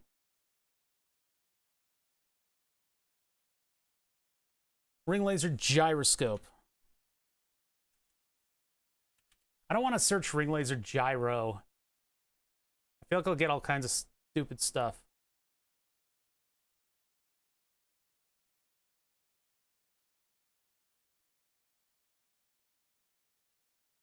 Exceptional points of the ring laser gyroscope. An equivalence is made between the exceptional points proposed by the field of a non-Hermitian quantum mechanics and the dead band observed in laser gyroscopes. The sensitivity enhancement is near the exceptional points, plagued by increased uncertainty due to broadening the beat note bandwidth. See, beat note bandwidth. We're talking about when things go together and make a beat. I don't know. It's interesting that that language is still there. 2020. Decades ago, it was realized that a ring laser could be used for rotational sensing. Two counter-circulating beams form a standing wave fixed in an absolute, i.e. non-rotating frame of reference, which can be used to determine the rate at which a laboratory frame rotates at an angular velocity around it. A small backscattering can drag the standing wave pattern with the motion of the rotating frame, which is observed as a deadband in the response. In order to eliminate this deadband, the mode-locked laser gyroscope was introduced. This bidirectional mode-locked laser is equivalent to a quantum mechanical 2-level... Okay, that's enough of that. I got some of that. I got like 2 or 4 words. Yeah, research papers are like that.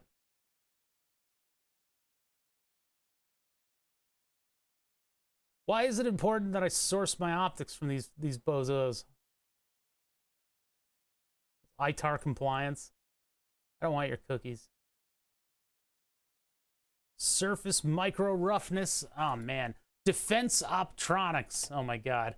Yeah, that's one thing that we're getting into when we talk about ring lasers, is we're getting a little close to defense technology, which is probably not. Strap down associates.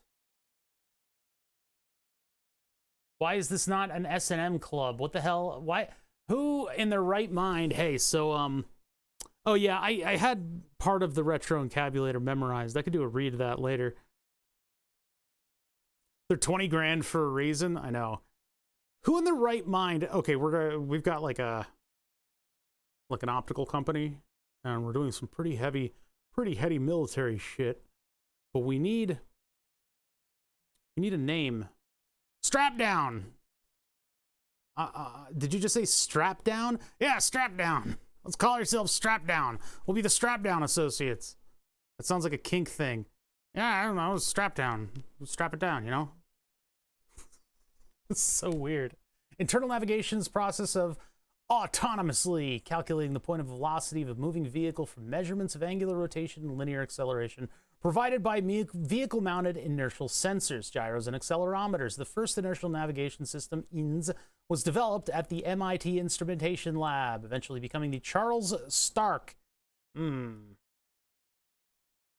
Charles Stark Draper. I feel like I've heard all those names in comic books. For ballistics missile guidance. Soon after, the technology was applied for aircraft navigation, with 4 companies eventually dominating the blah, blah, blah, blah. Okay, are you going to go into the principles here? You are. Okay, now we're talking. I don't... Strap down. I guess it's a term? Like an industry term? None of this stuff is really getting at what I... There we go. Ring laser gyro development. That ain't going nowhere. Strapped up. This is too 5-head. Listen, you got to get into the research papers to do the cool stuff that we want to do. This has been a project that I've been wanting to do for quite some time, and it does kind of exist in the realm of research papers. I wish there were more efforts to do like generic, like Hackaday style projects with ring laser gyroscopes, but we're kind of trying to just like push out into stuff that isn't typically done. Today would have probably been a good day to do an Arduino Basics Day if I had known that I would be on the front page. But oh well. You're right, that part of the brain never shuts off. That's what I'm saying, man. You know they're good at their stuff when they're terrible at naming it? That that draws on the principle that we had of the website being basic HTML, meaning that it was great knowledge. You're probably right about that. To directly meet the strap down rate gyro challenge, the ring laser gyro was introduced in 1963. Goddamn, 1960s. These guys were just doing whatever, man. Unlike traditional angular momentum gyros, whose operation is based on the Newtonian inertial properties of rotating mass, the operating principle for the ring laser gyro is based on relativistic properties of optical standing waves. That's the cool part. Is they're like, hey, this science doesn't apply to like any of the typical principles, so it operates in a different like realm.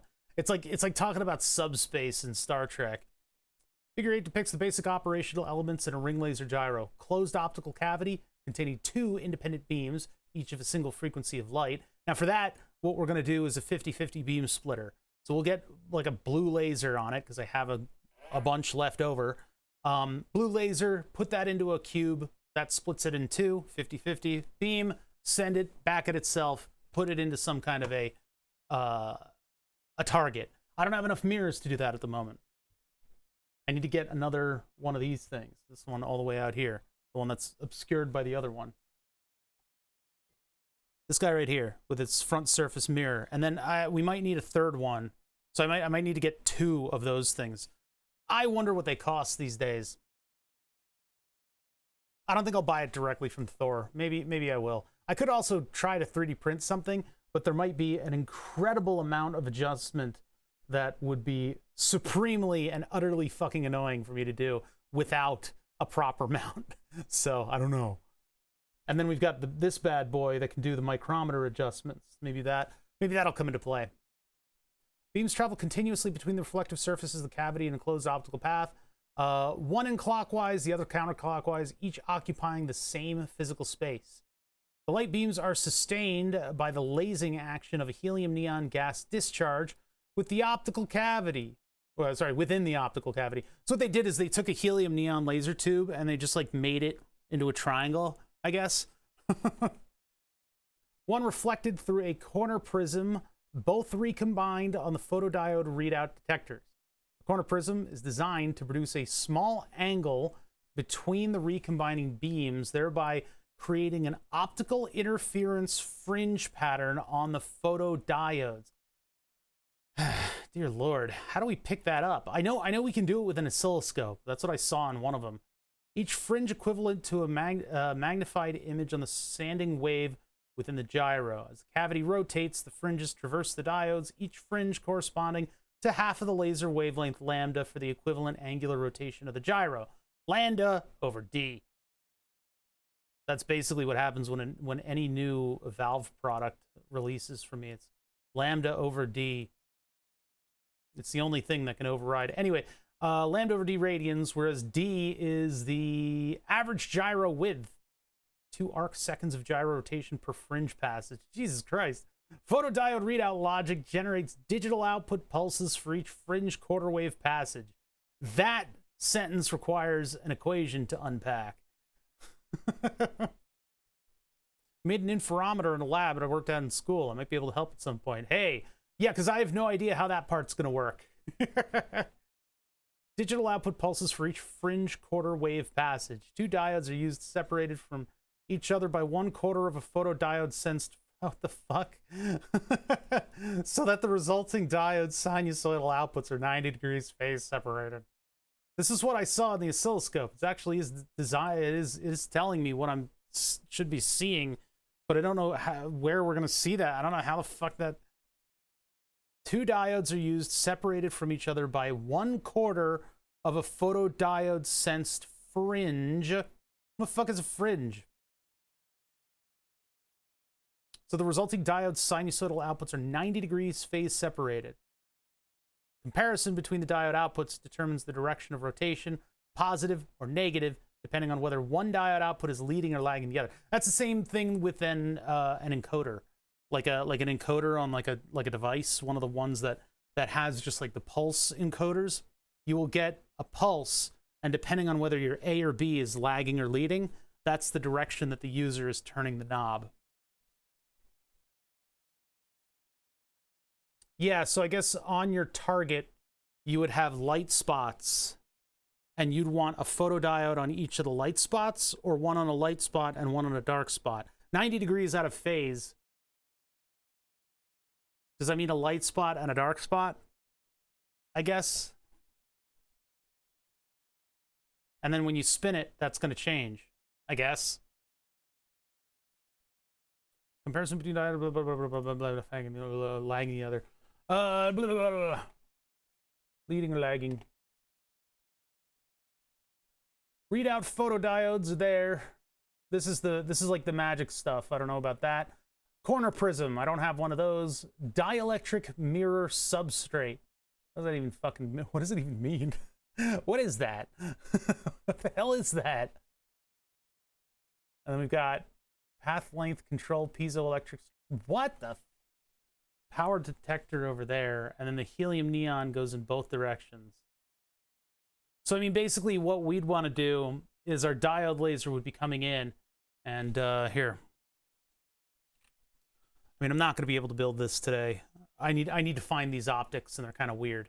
Now, we saw eBay auction had some of those optics in there, but we're not going to be able to use this stuff. We would be able to put basically a square here,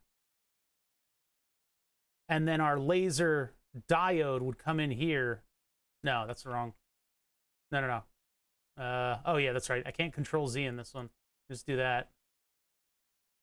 That's not how that works. Hold on. It would be square like this, but there's that, and then our diode could come in from the center if it needs to. Either end, it doesn't matter. It could come in from that angle, and then that would split it 50% out one end, 50% out the other, and then we target both of those at whatever our mirrored target is. So I don't know what this part is going to be. This, I think I have a corner prism somewhere that we can source. So we can use parts that I already have for that. Aligning the optics is going to be probably the most annoying part, because this one is a path length transducer, and it's controlled by a piezoelectric element. Oh my God. The photodiode readout is going to be difficult. I don't know if we could just use standard, like electronics photodiodes. I don't even know if I have any. I think I've got a couple in a cabinet that are older than I am. So I'd need to order those. Those are like a couple dollars though. Yeah, is this just a partially mirrored?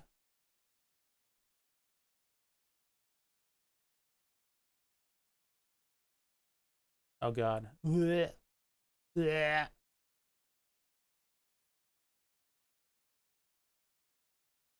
That's a partial mirror, and then that is probably just like two LED style photodiodes, or is it going to be something different? No, it's kind of, I can't. I see alerts popping up. What's going on? People are following. Why would you ever do that? Thank you.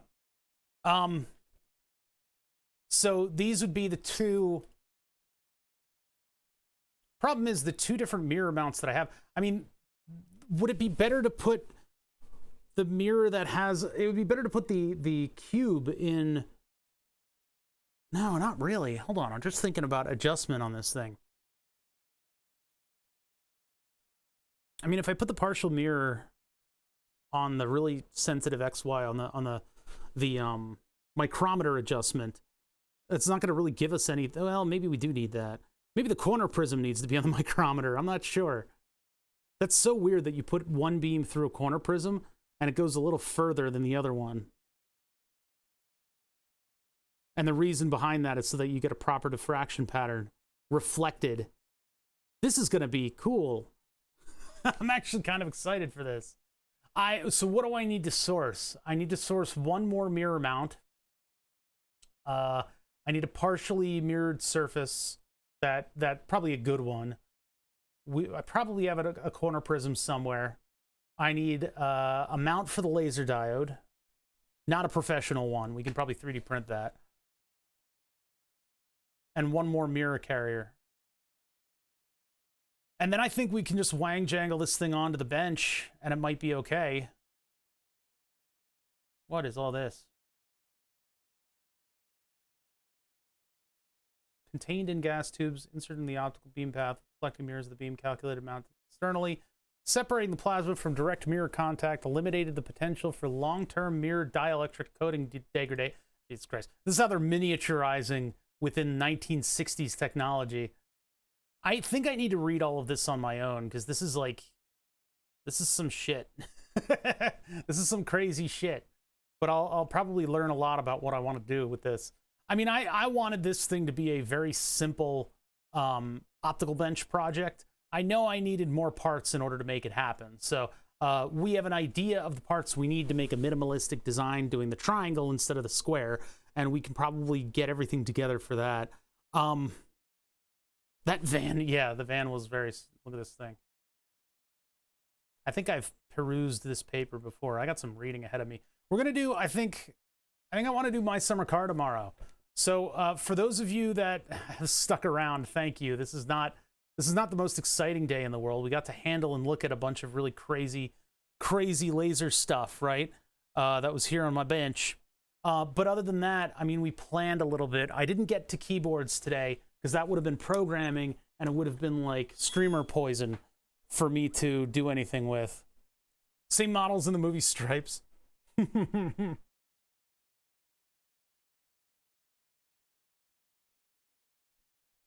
For free. Love that. What do you, huh? I think I want to get the wheel out. And so for any of you guys finding me on like the front page of Twitch, which is crazy, I never thought I'd be there. It got me 10 more viewers. Because we weren't doing cool enough stuff. I wasn't like machining stuff today. For those of you that are here from there, it's what the cool thing that we did recently, and the reason why we're in a bit of a project hangover, is that I built a steering wheel. I built a steering wheel out of actual car parts, a force feedback steering wheel controller out of real car parts, and I've had it in storage for like 2 weeks, but it all works. And so I would like to do my summer car with it. We'll do a little bit of rally racing because I built that reverse lockout pawl, or what a PAWL, the reverse lockout roller, where you try to go into reverse and you hit up against the wall and you go forward and that's first, back and that's second. And if you fight the thing, it clicks over and then you can go into reverse. So that feels just like my car. And so now I will know exactly what gear I'm in. And I think that will improve greatly my rally time. I'm probably gonna have to do the rally from the beginning again. I mean, I got to the second stage, but like the car was like broken in half. So I think I'm gonna resurrect the earlier save and do that. That rally is very difficult to do. I saw Moon doing a little bit, and he was gonna try to do the rally, and he very quickly gave up on that. I think he's done with my summer car, but I would have liked to see him do that rally. Anyway, thank you guys for joining me. Thank you. I'm going to be back tomorrow. In the meantime, you guys check out, like, I don't know, Flatulent Gonad. Oh, he's back to Flatulent Gonad, too. He was Turbonad yesterday. Flatulent Gonad, if you want to see some My Summer Car action. And any of the other people who hang out around here who are streamers who do their thing. You just changed it back. Good to be back. Hopefully Twitch doesn't take notice. Oh my god, is that a Barty part? Blow up your channel. Yeah, we're gonna do My Summer Car tomorrow, and then going forward, burn the subs is a big priority, but I would like to keep an eye on optical stuff. I need to order some parts. I don't know how much they're gonna be. Optical stuff is not cheap. Maybe I'll sit down and order one of the parts tonight, and we'll see. Maybe I can find like a fire sale on eBay for some of this stuff. And we'll try to piece together a ring laser gyroscope, because I think it's high time we proved that the Earth is actually flat. I can't wait to have that title. I wish that was today. God damn it, if that was today. Man, doing proving the Earth is flat. Be on the front page of Twitch. God, that would be so cool. I would have had way more viewers. But yeah, thank you guys. Thank you guys for following and everything. Here's like the social media links And I'm not going to do a raid. We'll figure that out in the future. We'll do a raid in the future. But for now, I got to go talk to a corgi puppy, and I will catch you guys tomorrow at my normal time, and we'll probably go late. Thank you guys. Have a good one.